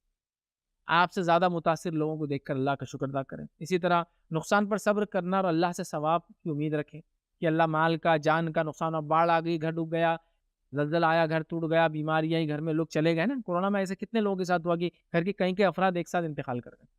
مصیبت آئی چلے گئی. ہاں، صبر کرے اور اس کا ثواب طلب کرے اللہ سے. اسی طرح جو ہے نیک لوگوں کو یاد کرے جن کو اللہ نے کیسے کیسے آزمائے، انبیاء، صحابہ اور صلحاء، نیک لوگ جو گزرے، شہداء ہے نا، ان کی زندگیاں آتی ہیں. اسی طرح کم وسائل اور میں قناعت پسندی کرے. ہو سکتا ہے مصیبت کے جانے کے بعد آپ کے وسائل کم ہو جائیں، مال تھا چلا گیا، صحت تھی چلے گئی، باڑھ کی وجہ سے گھر بہہ کر چلے گا، زمین تو لیکن گھر چلا گیا، گھر تو بچ گیا لیکن کھیتی پوری بہہ کے چلے گی تو اب سال بھر کی فصل نہیں رہی. ہوتا ہے نا ایسا. ایکسیڈنٹ ہو گیا تو گاڑی بھی چلے گئی، جانے بھی چلے گی، لیکن اللہ نے آپ کو بچا لیا، لیکن مالی نقصان بھی ہو گیا. لوگ آئے چرا کے لے گئے، گاڑی میں پیسہ تھا، ہاتھوں میں زیور، سب ہوتا ہے. پھر بھی آپ اللہ کا شکر ادا کریں اور جو کچھ بچا اس کے اندر قناعت، مطمئن ہو جائے کہ اللہ نے جتنا رکھا اس میں رہوں گا. اسی طرح جاب یا کاروبار اگر ختم ہو جائے کسی چیز کی وجہ سے، آندھی طوفان زلزلے بارش پینڈمک ہوتا ہے نا، جاب چلے جاتی ہے. ہاں، اسی طرح جو ہے کمائی ختم ہو جاتی ہے تو اس معاملے میں یاد رکھیے روزی کے حرام ذریعوں کی طرف کبھی نہ جائیں. کورونا کے بعد خاص طور سے ہم دیکھ رہے ہیں لوگ روزی روٹی کے لیے پریشان ہیں. تقریباً 10 سے 15% لوگوں کی کارپوریٹ سیکٹر میں جاب جا چکی ہے. کئی لوگوں کی جاب تو باقی ہے لیکن ان کی جاب ایسی ہوتی تھی کہ تنخواہ تو 3,000 ہے، انسینٹیوز پہ زندگی گزرتی تھی. اتنا بیچو تو اتنا کھاؤ، اب بکتا ہی نہیں سامان، مارکیٹنگ نہیں، تو 3,000 سے کیا زندگی گزریں گی. حرام ذریعوں کی طرف کبھی جانا نہیں چاہیے، یاد رکھیے. اسی طرح ذہنی یا جسمانی اگر نقصان ہو جاؤ تو ڈپریشن کا شکار نہ ہو، بلکہ جو ڈپریشن کا شکار ہے ان کی کاؤنسلنگ کی جائے، ہمت سے کام لیں، توکل کرے اللہ پر، آگے بڑھے زندگی کو لے کر. ذاتی نقصان یا بیماری یا اپاہج پن یا نقصان پر صبر کرے. ذاتی نقصان مال کا، اپاہج پن، زندہ تو رہ گئے لیکن کورونا کا افیکٹ یہ ہوا کہ ایک لنگ چلتا نہیں ہے، ایک پھیپڑا کام کرنا بند کر دیا، ایکسیڈنٹ ہوا، ہاتھ پیر چلے گئے تو نقصان ہوا ذاتی. اپاہج پن آ گیا، لنگڑے لولے ہو گئے، زبان چلے گئی، آنکھ چلے گئی. ہوتا ہے نا ایکسیڈنٹ میں آنکھیں پھوٹ جاتی ہے. جو کچھ بچہ الحمدللہ اللہ تیرا شکر ہے اور آگے اپنی زندگی کو گزارتے رہے. 9واں پوائنٹ یاد رکھیے مصیبت کے بعد ہم کیا کریں. مصیبت میں پھنسے لوگوں کی ہر ممکن مدد کرنا، سوشل ورک، رفاہی کام. مصیبت میں پھنسے مطلب میں تو نکل گیا، لیکن کبھی ایسا ہوتا ہے کہ سب باڑھ آئی تھی، باڑھ میں ڈوب رہا تھا، میں نکل گیا. اب میں نکل گیا اور جا کے آرام سے شیلٹر ویلٹر میں بیٹھا رہتا پوری ٹائم، بیٹھے رہو 1 مہینہ، اپنے کچھ نہیں کرنا ہے. گئے، صحت یاب ہوئے تھوڑا سا 1-2 دن بعد، چلو اب میں بھی نکلتا ہوں، لوگوں کی مدد کرتا ہوں. زلزلہ آیا تھا، میں بچ گیا تو میں بھاگوں گا نہیں اس شہر سے. اب میں لوگوں کو تلاش کروں گا جو ملبوں میں دبے ہوئے. یہ نہیں کہ پیسہ روپیہ بینک آتے جا کے ڈھونڈیں گے اپن وہاں. چکے زلزلوں میں یہ ہوتا ہے، لوگ بینکوں میں لوٹ مار کرتے ہیں، لاشوں کے زیورات تک اتار لیتے ہیں، گھروں میں ڈھونڈتے ہیں، مالدار لوگوں کے گھر جو گرے ہوئے ہوتے ہیں کہ وہاں پیسے رہتے ہیں. یہ سب نہیں کروں گا، میں لوگوں کی جانوں کی تلاش کروں. ہو سکتا ہے بچے بچ گئے ہوں گے. بہت ساری بار ہوتا ہے بڑے بڑے گھر گر جاتے، چھوٹے بچے رہ جاتے اندر، کیونکہ وہ کالم کے نیچے آتے لیکن دب کے مرتے نہیں، چھوٹے رہتے، کم جگہ میں زندہ رہتے کافی لمبے عرصے. ہوتا ہے 2-2 3-3 دن بعد بچے نکلے زلزلوں کے اس میں. تو میں اب رفاہی کام شروع کرتا ہوں اسی وقت، اور اگر میں اس میں مبتلا نہیں ہوں لیکن ہوا تھا، مجھے پتا چلا تو بھی شروع کر دوں گا. اور ویسا نہیں ہے میں مبتلا بھی نہیں ہوتا لیکن مجھے خبر ملی تو بھی میں شروع کروں گا. ایک سروائیور جو اندر ابھی ہے وہ مدد کرے، ایک جو پہلے بچ چکا ہے وہ بھی مدد کی کوشش کرے، اور ایک جو مبتلا میں نہیں بھی ہوا پھر بھی مدد کی کوشش کروں گا. تو میرے گھر سے کچھ فیٹ پہ ایکسیڈنٹ ہوا، میں فوراً دوڑ کے جاؤں، لوگوں کی مدد کروں. تو یہ چیز یاد رکھیے وہ کرے. اور نبی اکرم صلی اللہ علیہ وسلم یاد رکھیے مصیبت میں پھنسے لوگوں کی مدد کرتے تھے. حلف الفضول کا وہ واقعات کیجیے جس میں کمیٹی بنی تھی جو مصیبت یا ظلم جس پہ ہوں گا ان کی مدد کے لیے بنی تھی، لوگوں کو پانی پلاتی تھی اور کہیں اس کے کام تھی. اسی طرح آپ صلی اللہ علیہ وسلم فرمایا، سلسلۃ الاحادیث صحیحہ کی روایت آپ نے فرمایا، نعمان بن بشیر رضی اللہ عنہ اس کے راوی وہ کہتے ہیں اللہ کے رسول نے فرمایا صلی اللہ علیہ وسلم، تمام مسلمان ایک فرد کی طرح ہیں. اگر ایک شخص کی آنکھ بیمار ہوتی ہے تو اس کا جسم تکلیف محسوس کرتا ہے، اور اگر اسی طرح اس کو درد محسوس ہوتا ہے تو سارا جسم اس کے درد و تکلیف کو محسوس کرتا ہے. مسلمان ایک جسد، ایک جسم کی طرح، اور ہم کو حکم ہے کہ ہم ساری انسانیت کی مدد اور تعاون کریں. تو ہم انسانیت میں مسلمانوں کی نہیں کہہ رہا ہوں، جو بھی اس مصیبت میں مبتلا ہے، مسلم ہو غیر مسلم، مرد ہو عورت ہو، بچہ ہو بڑا ہو بوڑھا ہو، سب کی مدد کریں. آئیے اسی طرح 10 اور آخری پوائنٹ جو مصیبت کے بعد ہم کو کرنا ہے وہ کیا ہے، وہ یہ ہے آئندہ مصیبت نہ آئے اس کی احتیاطی تدابیر کرنا ہے. آئندہ فیوچر میں ایسی مصیبتیں نہ آئے اس کی احتیاطی تدابیر کرنا. اور نبی اکرم صلی اللہ علیہ وسلم نے کیا خوب فرمایا، آپ نے فرمایا، صحیح مسلم کی روایت ہے، ابو ہریرہ رضی اللہ عنہ حدیث کے راوی آپ نے فرمایا کہا، مومن کو ایک سوراخ سے 2 بار ڈنک نہیں لگتا. ٹھیک ہے، مومن کو ہوشیاری لازم ہے، اور وہ یہ ہے کہ جب کسی معاملے میں ایک بار خطا اٹھائے تو دوبارہ اس کو نہ کرے. اس کا معنی یہ ہے مومن کو ہوشیاری لازم ہے. جب ایک بار کسی چیز سے خطا ہو, غلطی ہونے سے نقصان اٹھائے, دوبارہ وہ کام نہ کرے. یہ اس کا معنی ہے کہ مومن ایک بل سے 2 بار ڈنگ نہیں مارا جاتا. اس کا ہرگز یہ معنی نہیں فزیکلی کہ سانپ ایک بل میں تو ہاتھ ڈنگ ڈالے, اب میں سانپ کی بل میں ہاتھ ڈالوں گا, غلطیاں تو وہی کرتے رہوں گا. میننگ ہے کہ ایک ہی جگہ پہ 2 بار مسٹیک نہیں کرتا. مومن دانا اور ہوشیار ہوتا ہے, عقلمند ہوتا ہے. سمجھا؟ تو پچھلے سال باڑھ آئی تھی, امکانات ہے یہ سال بھی بارش اچھی آ سکتی ہے. تو کیا کیا پرابلم پچھلے سال ہوئے تھے, احتیاطی تدابیر کر لیں. گھر کو اونچا کر لیں گے, ندی کو جو ہے دیوار بنا دیں گے تاکہ وہ پانی اندر نہ داخل ہو, اس کا لوڈ, اس کا سیلاب اندر نہ گھس. کر سکتے ہیں نا یہ ساری تدابیریں, وہ تدابیر کریں گے. آندھی آئی تھی پچھلی بار تو کیا ہوا تھا, جو ڈھیلی ڈھالے چیزیں چھتوں پہ رکھی تھی اڑ کے گئی اور لوگوں کو جانی مالی نقصان ہوا. چھت پہ سے سارے ڈھیلی ڈھالے سامان ہٹا دیں گے. پچھلے بار سردی کا موسم تیز تھا, سب بیمار ہوئے تھے اور نیمونیا ہو گیا تھا, بچوں کو پھلا ہوا تھا. یہ بار سردی سے پہلے سردی کے کپڑے وغیرہ یہ وہ, گھر کی کھڑکیوں کو بند کرنے کا نظم, ہوا کم آئے بول کی سسٹم, سمجھے نا, یہ سب کا لکڑی وغیرہ اگر گھر میں ہوتی ہے, ہیٹر کی ضرورت پڑتی ہے, گیس کی ضرورت پڑتی ہے گرمی کے لیے, اس کا انتظام ہے نا. زلزلہ آیا تھا پچھلی بار تو کیا نتیجہ ہوتا زلزلے کے اندر کہ ہم نے گھر کی وہ ٹیکنالوجی کے مطابق گھر نہیں بنایا تھا جس کی وجہ سے گھر جلدی گرتے ہیں. تو ہم کوشش کریں اب نیا گھر بنائے تو ٹھیک ہے, مہنگا ہوگا لیکن چھوٹا ہی صحیح, لیکن وہ بنائے جو ارتھکویک ریزسٹنس, کچھ نہ کوئی ریزسٹنس سے مراد یہ نہیں کہ وہ گرتا نہیں, مراد یہ ہوتا ہے کہ اتنے دیر بعد گرتا ہے کہ انسان کو نکلنے کا تھوڑا سا وقفہ مل جاتا ہے. اس کو بولتے ہیں ارتھکویک ریزسٹنٹ گھر. مطلب اس میں بچتا نہیں ہے, گرتا تو وہ بھی گھر زلزلے میں, لیکن اتنا موقع دیتا ہے کہ آپ تھوڑا سا 30-40 سیکنڈ بھاگ کے نکل جائے باہر, تو میں اس کی احتیاط کروں. آپ سمجھے نا, یہ احتیاطی تدابیریں بڑی کارگر ہوتی ہیں. میں ایک واقعہ جانتا ہوں, ہمارے پاس اڑیسہ کے اندر ایک طوفان آیا تھا آج سے کچھ سال پہلے, بڑا ہی اس نے غضب ڈھایا تھا, کئی لوگ مرے تھے اور کئی 1000 کروڑ کا مالی نقصان ہوا. پھر کیا ہوا, اگلے سال بھی حکومت کو امکان لگا اور پبلک نے بھی خوب وہ کیا, اور پورے وہ ساحلی علاقوں پہ حکومت نے بھی جو پوری احتیاطی تدابیریں کی, پبلک نے بھی کی. اگلی بار طوفان آیا, اس سے زیادہ شدید آیا, لیکن کچھ لوگوں کی جانیں گئی صرف, جبکہ اس سے پہلے کئی لوگوں کی جانیں گئی تھی. احتیاطی تدابیر کرنے کا فائدہ ہوا. سمجھے نا, ایکسیڈنٹ ہوا تھا ایک بار میرا, تو کیا غلطی ہوئی تھی, بریک صحیح نہیں تھے, ٹائر صحیح نہیں تھا, گاڑی مینٹین نہیں تھی, تیز چلایا, غلطی ہوئی, ایکسیڈنٹ ہوا. اب میں گاڑی کو مینٹین رکھوں گا, اس کی ریپیئرمنٹ کرتے رہوں گا, اس کو اس کے لمٹ میں چلاؤں گا, اس کی عمر کے حساب سے چلاؤں گا, اس کے مینٹیننس کے حساب سے چلاؤں گا, غلطی نہیں کروں گا. بیمار ہوا تھا, کس وجہ سے ہوا تھا, فلاں فلاں احتیاط نہیں کی تھی, اب میں احتیاط کروں گا. میں یہ نہیں کہہ رہا ایسا کرنے سے بیماری نہیں آئیں گی, مصیبت نہیں آئیں گی, پریشانی نہیں آئیں گی. جو نقصان اللہ کی طرف سے طے ہے وہ تو ہو کے رہیں گا. احتیاط کرنا بندے کا کام ہے نا, احتیاط کرنا بندے کا کام. سمجھ رہے ہیں, تو ہم اپنی احتیاطی کام کریں گے, ٹھیک ہے.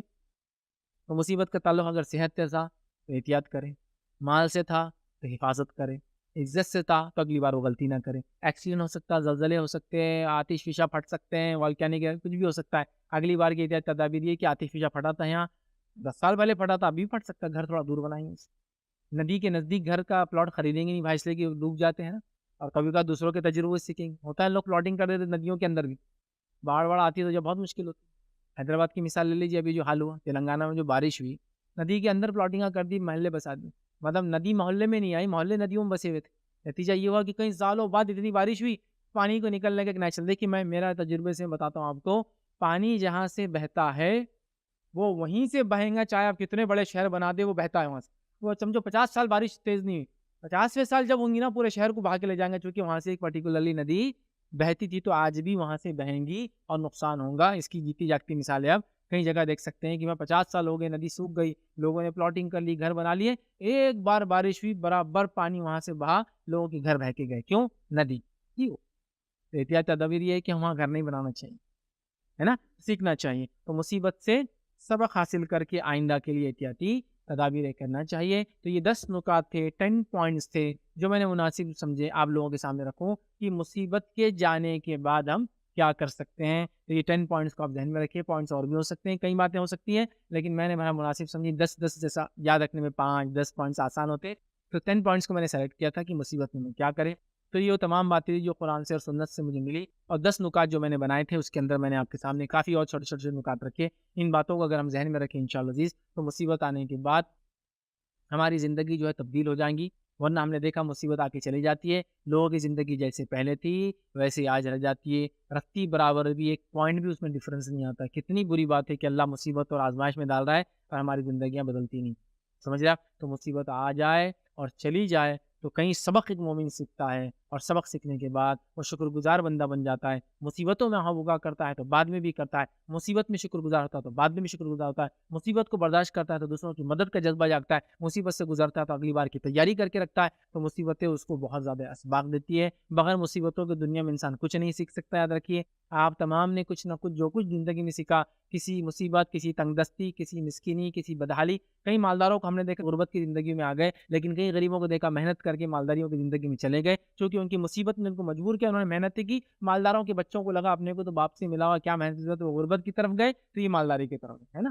تو مصیبت میں انہوں نے سیکھا, مصیبت سے انہوں نے سیکھا, پریشانیوں نے ان کو اچھا انسان بنایا. اور ہر آنے والی دکھ, مصیبت, پریشانی, تکلیف مومن کا درجہ بلند کرتی ہے, مومن کو دنیاوی فائدے دیتی ہے, مومن کو اخروی فائدے دیتی ہے. مومن کا کام ہے اس سے سیکھے, اس کو سمجھے اور آئندہ کے لیے ساری تدابیریں کرے. تو یہ چند نکات تھے جو میں نے مناسب سمجھے آپ کے سامنے رکھوں. اللہ رب العزت سے دعا ہے کہ اللہ سبحانہ تعالیٰ ہم تمام کو جو کچھ مصیبتوں سے لوگ گزر رہے ہیں, ان کی مصیبتوں کو, ان کی تکلیفوں کو, ان کے دکھوں کو, ان کی بیماریوں کو آسانی بدل دے. اللہ رب العزت جو ہے ہم تمام کو مصیبتوں کے دور میں اس کا نیک بندہ بنائے, اور مصیبتوں کے ہٹنے کے بعد ہمیں شکر گزار بندہ بنائے اپنا, جب تک ہمیں زندہ رکھے ایمان اور اسلام پر زندہ رکھے, خاتمہ ہمارا ایمان پر ہو. وآخر دعوانا ان الحمد للہ رب العالمین. سبحان ربک رب العزت عما یصفون وسلام علی المرسلین والحمد للہ رب العالمین. کوئی بات آپ کو ادھر سے نہ سمجھی, آپ کا کوئی سوال تو پوچھ لیں.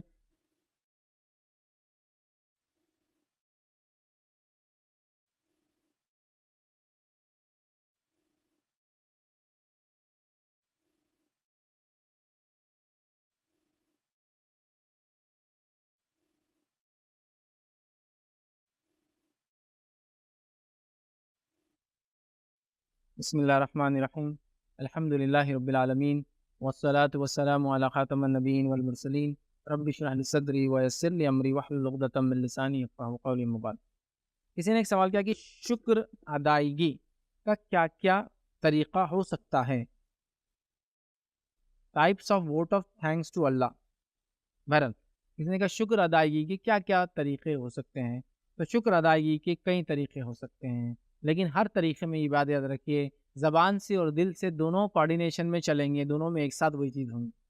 تو زبان سے شکر ادائیگی یہ ہے کہ اللہ کا ذکر کرے, دل سے شکر ادائیگی کا طریقہ یہ کہ اللہ پر توکل کرے ہر حال میں. زبان سے شکر ادائیگی کا طریقہ یہ کہ اللہ کی حمد و ثنا بیان کرے, استغفار کرے. دل سے شکر گزاری یہ ہوگا کہ ہر مصیبت میں ہم صبر کریں. سمجھ رہا؟ تو دل اور زبان تمام چیزیں, اعضاء اور جوارے جس کو بولیں گے, اعضاء جوارے مطلب باڈی پارٹ سے بھی اور زبان سے بھی ہم اللہ کا شکر ادا کریں گے, تو ہمارا عقیدے میں بھی شکر ہوگا اور ہمارے زبان میں لفظ. ورنہ کیا, جیسے میں نے اگزامپل پہلے دیا تھا, زبان سے تو کرے الحمدللہ, دل نے بول رہی ہے مصیبت ہم پہ ہی کا, مطلب دل میں صبر کے ذریعے شکر نہیں ہے, لیکن زبان سے الحمدللہ بول رہا ہے. تو زبان سے بھی شکر ہو اور دل سے بھی شکر ہو, اس کی کئی اقسام ہو سکتے ہیں. بس ایک کامن بتا دیا, زبان اور دل دونوں سے ہو, یا جس کو کہیں گے زبان سے اور اعضاء اور جوارے دونوں سے ہو, یا جس کو کہوں گا نیت سے بھی شکر ہو اور ظاہر سے بھی شکر ہو. آپ سمجھ رہے ہیں, نیت سے شکر یہ کہ جو کچھ اللہ نے دیا کافی ہے. ظاہر سے یہ کہ اب اللہ نے جو دیا اس پہ کبھی لوگوں کے سامنے روتے نہیں, کیا یار اتنا ہی ملا, اب کیا کرنا, چلو الحمدللہ. تو آپ منہ سے تو بول رہے ہیں, آپ کا دل اس پہ گواہی نہیں دے رہا کہ شکر ہے. تو اللہ کے شکر کے کئی طریقے ہو سکتے ہیں, جس میں زبان سے آپ کر سکتے ہیں, توکل کے ذریعے کر سکتے ہیں, اعضاء جوارے سے آپ شکر بتا سکتے ہیں, عاجزی کے ذریعے, صبر کے ذریعے کر سکتے ہیں. آپ یاد رکھیے مصیبت میں آئی توکل کر کے, فراوانی اللہ اچھے حالات لائے تو شکر ادا کر کے, کئی طریقوں سے اللہ رب العزت کا شکر ادا کیا جا سکتا ہے. عام حالت میں آپ اللہ کا شکر کیسے ادا کریں گے؟ تو عام حالت میں اللہ کا شکر یہی کہ اللہ نے جو چیزوں کو فریضہ ہم پر عائد کیا اس پہ عمل کرتے رہیں گے.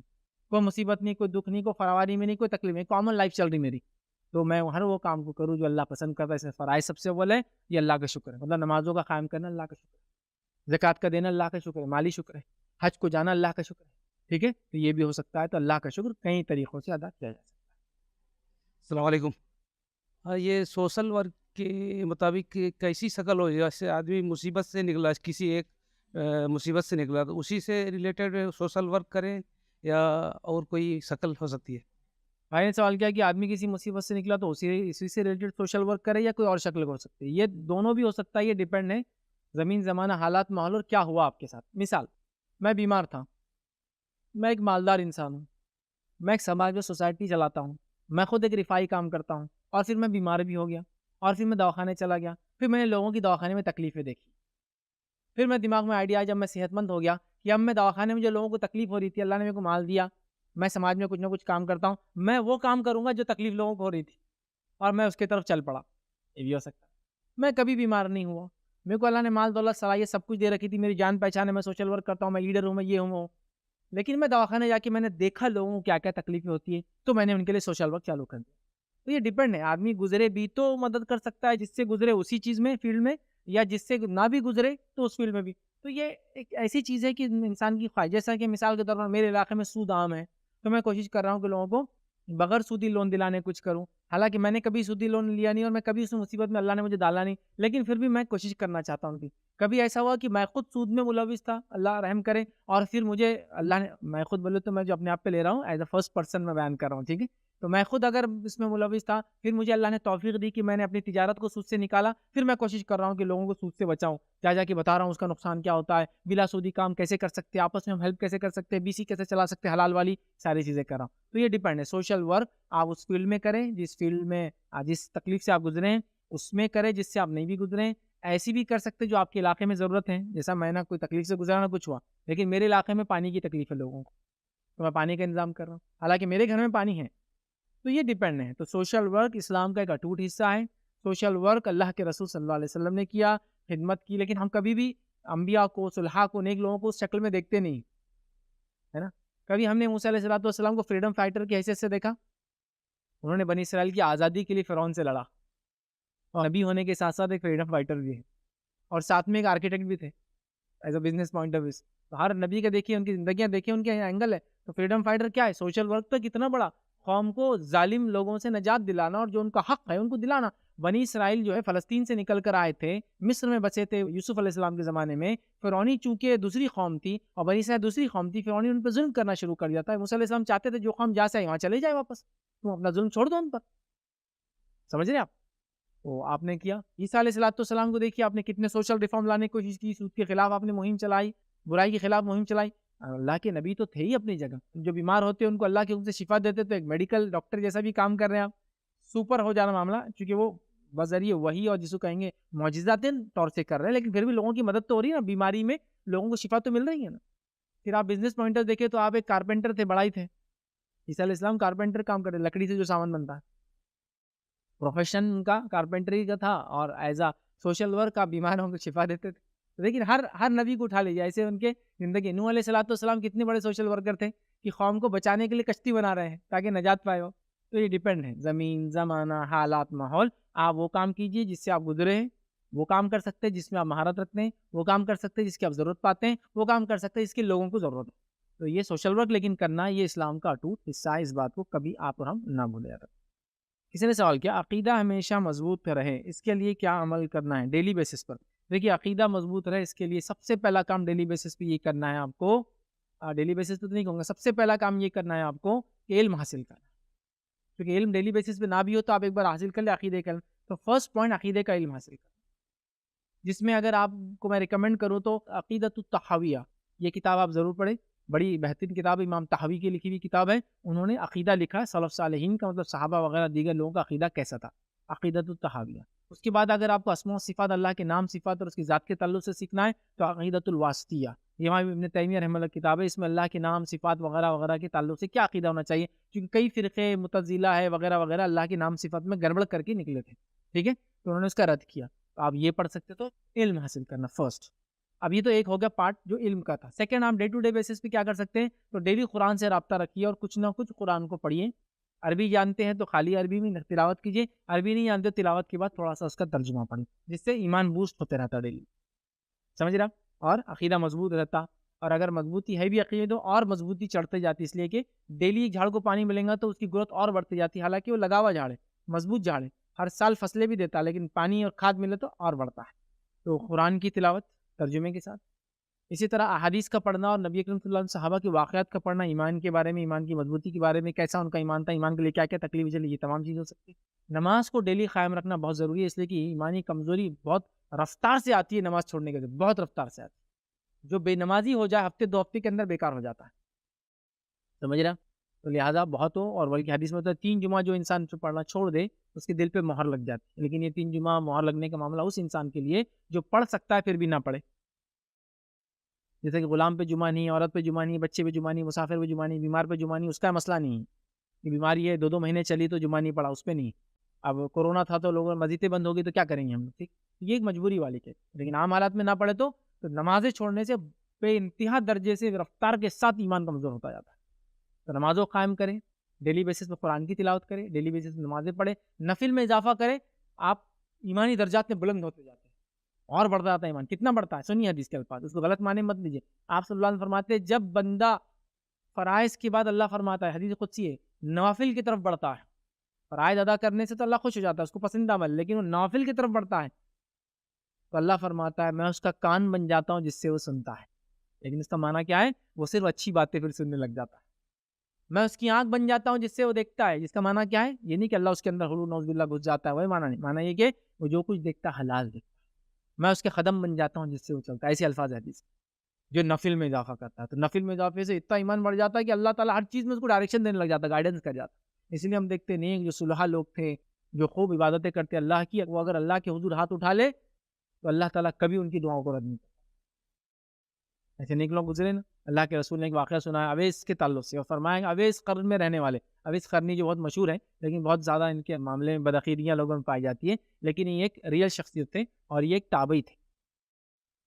تو آپ صلی اللہ علیہ وسلم نے فرمایا کہ اویس ایک شخص سے جو قرن کے علاقے میں رہتا ہے, حضرت عمر وغیرہ اس مجلس میں موجود تھے, تو اگر تم میں سے کسی کو ملے تو اس سے دعا کروانا, کیونکہ اللہ اس کی دعا کو رد نہیں کرتا, جبکہ وہ صحابی نہیں. ان پورا واقعہ یہ تھا کہ اویس قرن کے رہنے والے قرن قبیلے کے تھے, اویس قرنی بولتے ہیں. ہوا یہ کہ ان کی والدہ کی بیماری کی وجہ سے انہوں نے اللہ کے رسول کو خط لکھا کہ میں آپ سے ملنا چاہتا ہوں اور صحابی کا شرف حاصل کرنا چاہتا ہوں, لیکن میری والدہ بیمار ہے, خدمت کی وجہ سے رکا ہوں, نبی اکرم صلی اللہ علیہ وسلم کا رکے رہا ہوں. والدہ کی خدمت کی وجہ سے نبی اکرم صلی اللہ علیہ وسلم مل نہیں سکے. جب نبی اکرم صلی اللہ علیہ وسلم انتقال ہوا اس کے بعد مدینہ پہنچے, تو گویا ماں کی خدمت کی وجہ سے صحابیت کا شرف چلا گیا, صحابی نہیں بن سکے. لیکن اتنے دیندار انسان تھے کہ اللہ کے رسول نے کیا فرمایا, کسی کو مل جائے تو دعا کروا لے, اللہ ان کی دعا رد نہیں کرتا. حضرت عمر کے زمانے میں یہ آئے, حضرت عمر سے ملاقات ہوئی, حضرت عمر نے کہا کہ اویس میرے لیے دعا کرنا, کیونکہ اللہ کے رسول کو میں نے یہ کہتے ہوئے سنا تھا, ہے نا. نیک لوگ تھے, اللہ کے نیک بندے, صحابی نہیں تھے لیکن نیک بندے تھے, اور چاہتے تھے کہ صحابی بنوں, لیکن والدہ کی خدمت نیکی تھی, نہیں جا سکے, ہے نا. اور صحابی بننے کے لیے کنڈیشن ہے کہ انسان نبی اکرم صلی اللہ علیہ وسلم کو دیکھے یا آپ کی مجلس سے موجود ہو. چاہے مجلس سے موجود سے مراد اگر نابینا انسان ہے اس نے دیکھیں گے نہیں, لیکن موجود تھا, ایمان قبول کیا آپ کے پاس, آپ سی بات سنی. اور اگر آنکھ والا ہے تو موجود ہونا مجلس میں ضروری ہے, اور ایمان کی حالت میں مرنا ضروری ہے صحابی ہونے کے لیے. دیکھا اور ایمان کی حالت میں انتقال ہوا, یہ دیکھ ہی نہیں پائے بیچارے. تو آپ دیکھیے تو نیک لوگ, تو نیکی میں بڑھتے رہنا, نوافل کا اضافہ کرنا, یہ ڈیلی روٹین میں کیا کیا, قرآن کی تلاوت, فرض نمازیں اور نوافل وغیرہ, ذکر و اذکار میں آگے بڑھنا, یہ تمام چیزیں عقیدے کو مضبوط کرتی ہے, یہ مضبوط رکھتی ہے کنٹینیوسلی اور فائدہ دیتی ہے. اور بھی کئی چیزیں ہو سکتی ہیں, اس کے لیے آپ بہت ساری کتابیں عقیدے کے تعلق اس کو پڑھ سکتے ہیں. کسی نے کہا ناشکری کا وبال کیا کیا ہو سکتا ہے, اور شکر گزاری کے ریوارڈ کیا کیا ہو سکتے ہیں. تو دیکھیے ناشکری کے وبال تو ان گنت ہو سکتے ہیں. مصیبت میں آئے تھے, ناشکری کرے, چھائے آنے کے بعد پھر مصیبت آ گئی. صحت گئی تھی, ناشکری کرے, پھر بیماری آ گئی, ہے نا. مطلب صحت گئی تھی, اللہ نے اچھی کی, پھر ناشکری کی, پھر بیماری آ گئی, ہے نا. علامہ ابن قیم الجوزی رحمہ اللہ کا ایک بڑا اچھا قول فرمایا کرتے تھے کہ نعمتوں کو باقی رکھنے کا جو طریقہ ہے وہ یہ ہے کہ اللہ کے بندے شکر گزاری کرے. تو شکر گزاری کرنے سے نعمتیں باقی رہیں. تو اگر آپ اور میں چاہتے ہیں نعمتیں باقی رہیں تو شکر گزار بن جائیے. تو شکر گزار بنیں گے تو نعمتیں باقی رہیں گی.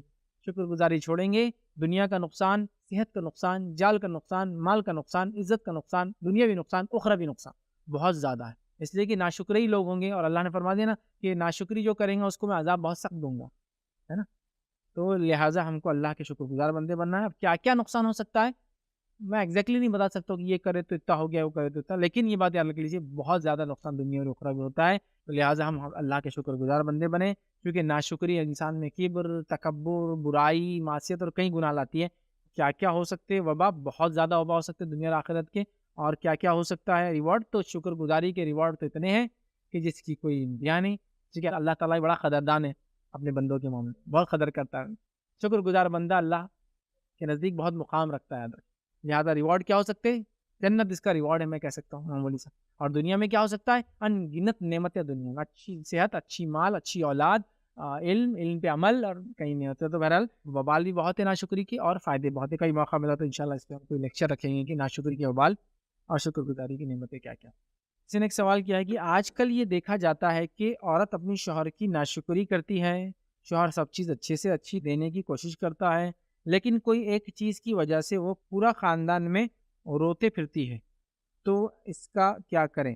دیکھیے، عورت کی ناشکری کے معاملے میں تو بہت ساری باتیں آتی ہی رہتی ہیں، میں عورت کے ساتھ ساتھ مرد کی ناشکری بھی اس میں ایڈ کر دیتا ہوں۔ جہاں ایک عورت اپنے شوہر کی ناشکری کر کے اس کی دنیا بھر میں باتیں بولتی پھر رہی ہے، تو وہیں ایک مرد کی ناشکری بھی یہ ہے کہ اچھی بیوی ملنے کے بعد بھی اس کی غیبتیں کرتے پھرتا ہے، اس کے بارے میں برائیاں بیان کرتے پھرتا ہے، سمجھے؟ چونکہ حدیث میں ہے کہ ناشکری کی وجہ سے عورت جہنم میں اللہ کے رسول زیادہ دیکھا، اس کا مطلب ہرگز بھی یہ نہیں کہ ہر عورت ناشکر ہوتی، تو کبھی کبھار ہوتا ہے اور ٹیگ جیسا لگا دیتے ہم، ہاں، ناشکری بولتے صرف عورت ہی ہوں گی، شکر گزار بولتے صرف مرد ہی ہوں گا، ٹھیک ہے؟ ایسا نہیں ہے۔ بہرحال اگر کوئی عورت واقعتاً اپنے شوہر کی ناشکری کرتے کوئی چیز ایک چیز نہیں دینے پر، تو یاد رکھیے یہ بہت بری بات ہے، اور جہنمی عورتوں کی ایک علامت میں سے ایک علامت یہ ہے کہ وہ جن کا شکر ادا کرنا چاہیے تھا ان کی ناشکری کریں گی، جن کا شکر ادا کرنا چاہیے تھا، اور شکر کس کا ادا ہوتا ہے؟ پہلے اللہ رب العزت کا، اس کے بعد دنیا کے اندر عورت کے لیے اس کا شوہر، اور دیگر لوگ، یا شوہر کے ساتھ نہیں تو والد، اور پھر اس کے جو لوگ جو احسانات کرتے ہیں ہم پر، ان کا شکر ادا کرنا چاہیے۔ ایک عورت کے لیے بھی مسئلہ ہے، مرد کے لیے بھی مسئلہ ہے۔ لہذا اگر ایک عورت اپنے شوہر کی خواہ ناشکری کرتی ہے اور باتیں بولتی پھرتی ہے، تو وہ یاد رکھیے جہنمی عورت کی ایک علامت ہے، سوائے اس کی کہ اللہ سے توبہ کر لے۔ لیکن یہی بات مردوں سے بھی کہوں گا کہ اللہ تعالیٰ ان کو اچھی بیوی دے، اچھے بچے دے، اچھا گھر دے، اس کے بعد بھی اگر وہ بھی ناشکرے بنے تو ناشکرے لوگوں کا ٹھکانہ جہنم ہے، اس لیے کہ ناشکری انسان کو جہنم تک لے جاتی ہے اور شکر گزاری انسان کو جنت تک لے جاتی ہے، یاد رکھیے۔ تو لہٰذا اگر ناشکری عورت ہے تو اس کا کام چھوڑ دے، یا جہنمی عورت کی علامت میں سے ایک علامت ہے۔ یہ مرد کے لیے بھی یہی مسئلہ، اگر وہ بھی ناشکری کریں گا تو وہ بھی جہنم میں جائیں گے، اس وجہ سے وہ بھی ایک علامت اس کے لیے بھی ہے۔ لیکن عموماً عورتوں کو دیکھا تھا بہت چھوٹی چھوٹی چیزوں پر ناشکری کرتی ہیں، بالکل نہ کریں، اس لیے کہ اللہ کے رسول نے فرمایا کہ عورتوں کو میں نے جہنم میں زیادہ دیکھا۔ پوچھا گیا کیوں؟ تو کہا تم جو تم پر احسان کرتا ہے ان کی ناشکری ہوتی ہے، اور چھوٹی چھوٹی باتوں پر لعن طعن کرتی ہے، ٹھیک ہے؟ تو لہٰذا لعن طعن اور ناشکری، تو لہٰذا دونوں چیزوں سے عورتوں کا کام ہے بچتے رہے۔ کسی نے ایک سوال کیا کہ عورت شکر گزاری بہتر طریقے سے کیسی کرتے رہے، چاہے امیر ہو چاہے غریب ہو؟ دیکھیے، ایک عورت شکر گزاری بہتر طریقے سے، یا ایک مرد شکر گزاری بہتر طریقے سے، کہ انسان شکر گزاری بہتر طریقے سے یہ کر سکتا ہے کہ وہ ہر حال میں اللہ کی تعریف کر، حمد و ثنا کرے، الحمدللہ علی کل حال، وہ شکر گزار ہے۔ یہ بہتر طریقہ ہے اس کا، سمجھے آپ؟ ہر حال میں اللہ کا شکر ادا کرے، مصیبت ہے تو شکر اللہ کا، بیماری ہے تو بھی شکر اللہ کا، تنگ دستی ہے تو بھی شکر اللہ کا، مال کی کمی ہے تو شکر اللہ کا، اولاد نہیں ہے تو شکر اللہ کا، تمام چیزوں میں شکر اللہ کا، جو کچھ ہے کرتی رہے، تو یاد رکھیے وہ شکر گزاری کا بہترین طریقہ ہے۔ اللہ کی حمد و ثنا کرے، ہمیشہ کہے کہ جیسا رکھا اللہ نے اچھا رکھا، یہ شکر گزاری۔ اب مالدار عورت ہے، مال ہے بھی تو اللہ کی شکر گزاری کرے، زکوٰۃ صدقات اور خیرات دے کر، مال ہے تو اس کا صحیح استعمال کر کے شکر گزاری کرے، مال ہے تو اس کو صحیح جگہ خرچ کر کے شکر گزاری کرے، مال ہے تو اس کو غریبوں پہ صرف کر کے شکر گزاری کرے، مال کا شکر نعمت کرے کہ اللہ تو نے مجھے مال دیا، ورنہ غریبی کتنے نقصانات لاتی ہے، انسان کو کتنی تکلیف ہوتی ہے، اور تمام چیزیں کرے تو ہر حال میں مومن شکر گزار ہوتا ہے۔ مال ہے تو مال کو خرچ کر کے شکر ادا کرتا ہے، غریب ہے تو صبر کر کے شکر ادا کرتا ہے، تو ہر حال میں صحت ہے تو صحت کے ساتھ شکر ادا کرتا ہے، بیمار ہے تو بیماری کے اندر بھی اللہ کا شکر بجا لاتا ہے کہ اللہ کم از کم اس کے مقابلے میں تو میری بیماری اچھی ہے۔ ہاں، کئی لوگوں کو دیکھیے آپ بیمار ہیں، کینسر ہے تو اس کو ایک بڑا کینسر ہے، ایک انسان کو کینسر ہے لیکن مائلڈ کینسر ہے، کسی کو ایسے کینسر ہوتے ہیں جو بہت زیادہ تیزی سے پھیلتے ہیں، ہے نا، کہ مہینے 2 مہینے 3 مہینے میں ان کے جو ہے ڈاکٹر بولتے ہیں اس سے زیادہ نہیں بچ سکتے۔ کچھ کینسر ہوتے ہیں اس میں انسان 10 15 20 سال بھی جی لیتا ہے ساتھ میں، ہے نا۔ شکر ادا کرے ہر چیز پہ، شکر یاد رکھیے، نعمتوں کا شکر ادا کیجیے اور صبر کیجیے، یہ بہت بہترین طریقہ ہے شکر گزاری کا، چاہے آپ غریب ہو چاہے آپ امیر ہو، چاہے آپ خوبصورت ہو چاہے آپ خوبصورت نہ ہو، چونکہ بڑے پیمانے ہیں ہمارے پاس خوبصورتی کے، مالداری کے، صحت کے، اسٹیٹس کے، پتہ نہیں کیا کیا ہے۔ تو بہرحال ہر حال میں آپ اللہ کا شکر ادا کریں، مصیبت میں صبر کریں، پریشانیوں میں صبر کریں، فراوانی میں شکر ادا کریں۔ یہ بہترین طریقہ ہے ایک عورت اور مرد کے لیے کہ وہ ایک اچھی زندگی دنیا کی گزارے، اور آخرت میں اللہ رب العزت شکر گزار بندوں کو، میں نے کہا نا، کبھی بھی ان کو ضائع نہیں کریں گا۔ اللہ بڑا قدردان ہے اپنے بندوں کے معاملے میں، اور یہ بات میں اپنے لیکچرز میں ہمیشہ کہتا ہوں، 2 نعمتیں اللہ کی بڑی عظیم نعمت ہیں، جس کو مل جائے بس اس کا کیا ہی کہنا۔ بلکہ اگر دین اسلام ایک پرندہ ہے تو اس کے 2 پر ہیں، ایک صبر ہے، دوسرا شکر ہے۔ جس کو یہ دو نعمتیں مل گئی صبر اور شکر کی، اس سے بڑی کوئی نعمت نہیں ہے۔ اور یاد رکھیے دونوں ایسے ہیں، لازم اور ملزوم، ایک رہتا ہے تو دوسرا رہتا ہے، ایک چلا گیا دوسرا بھی چلا جاتا ہے۔ صبر چلے جائیں گے تو شکر گزار بندہ ہو ہی نہیں سکتا، اس میں صبر نہیں، اور کوئی بندہ بغیر صبر کے شکر گزار بنتا بھی نہیں۔ یہ دونوں لازم اور ملزوم، ایک رہیں گا تو دوسرا رہیں گا، ایک گیا تو دوسرا بھی چلا جاتا۔ بڑی اہم نعمتیں، ان کو اپنے نفس میں، اپنے بچوں میں اور اپنی تربیت کا حصہ بنائے، شکر ادا کرنا، صبر۔ اسی بھی اپنی بات کو ہم ختم کریں گے۔ وآخر دعوانا الحمد للہ رب العالمین، سبحان ربک رب العزۃ عما یصفون وسلام علی المرسلین والحمد للہ رب العالمین۔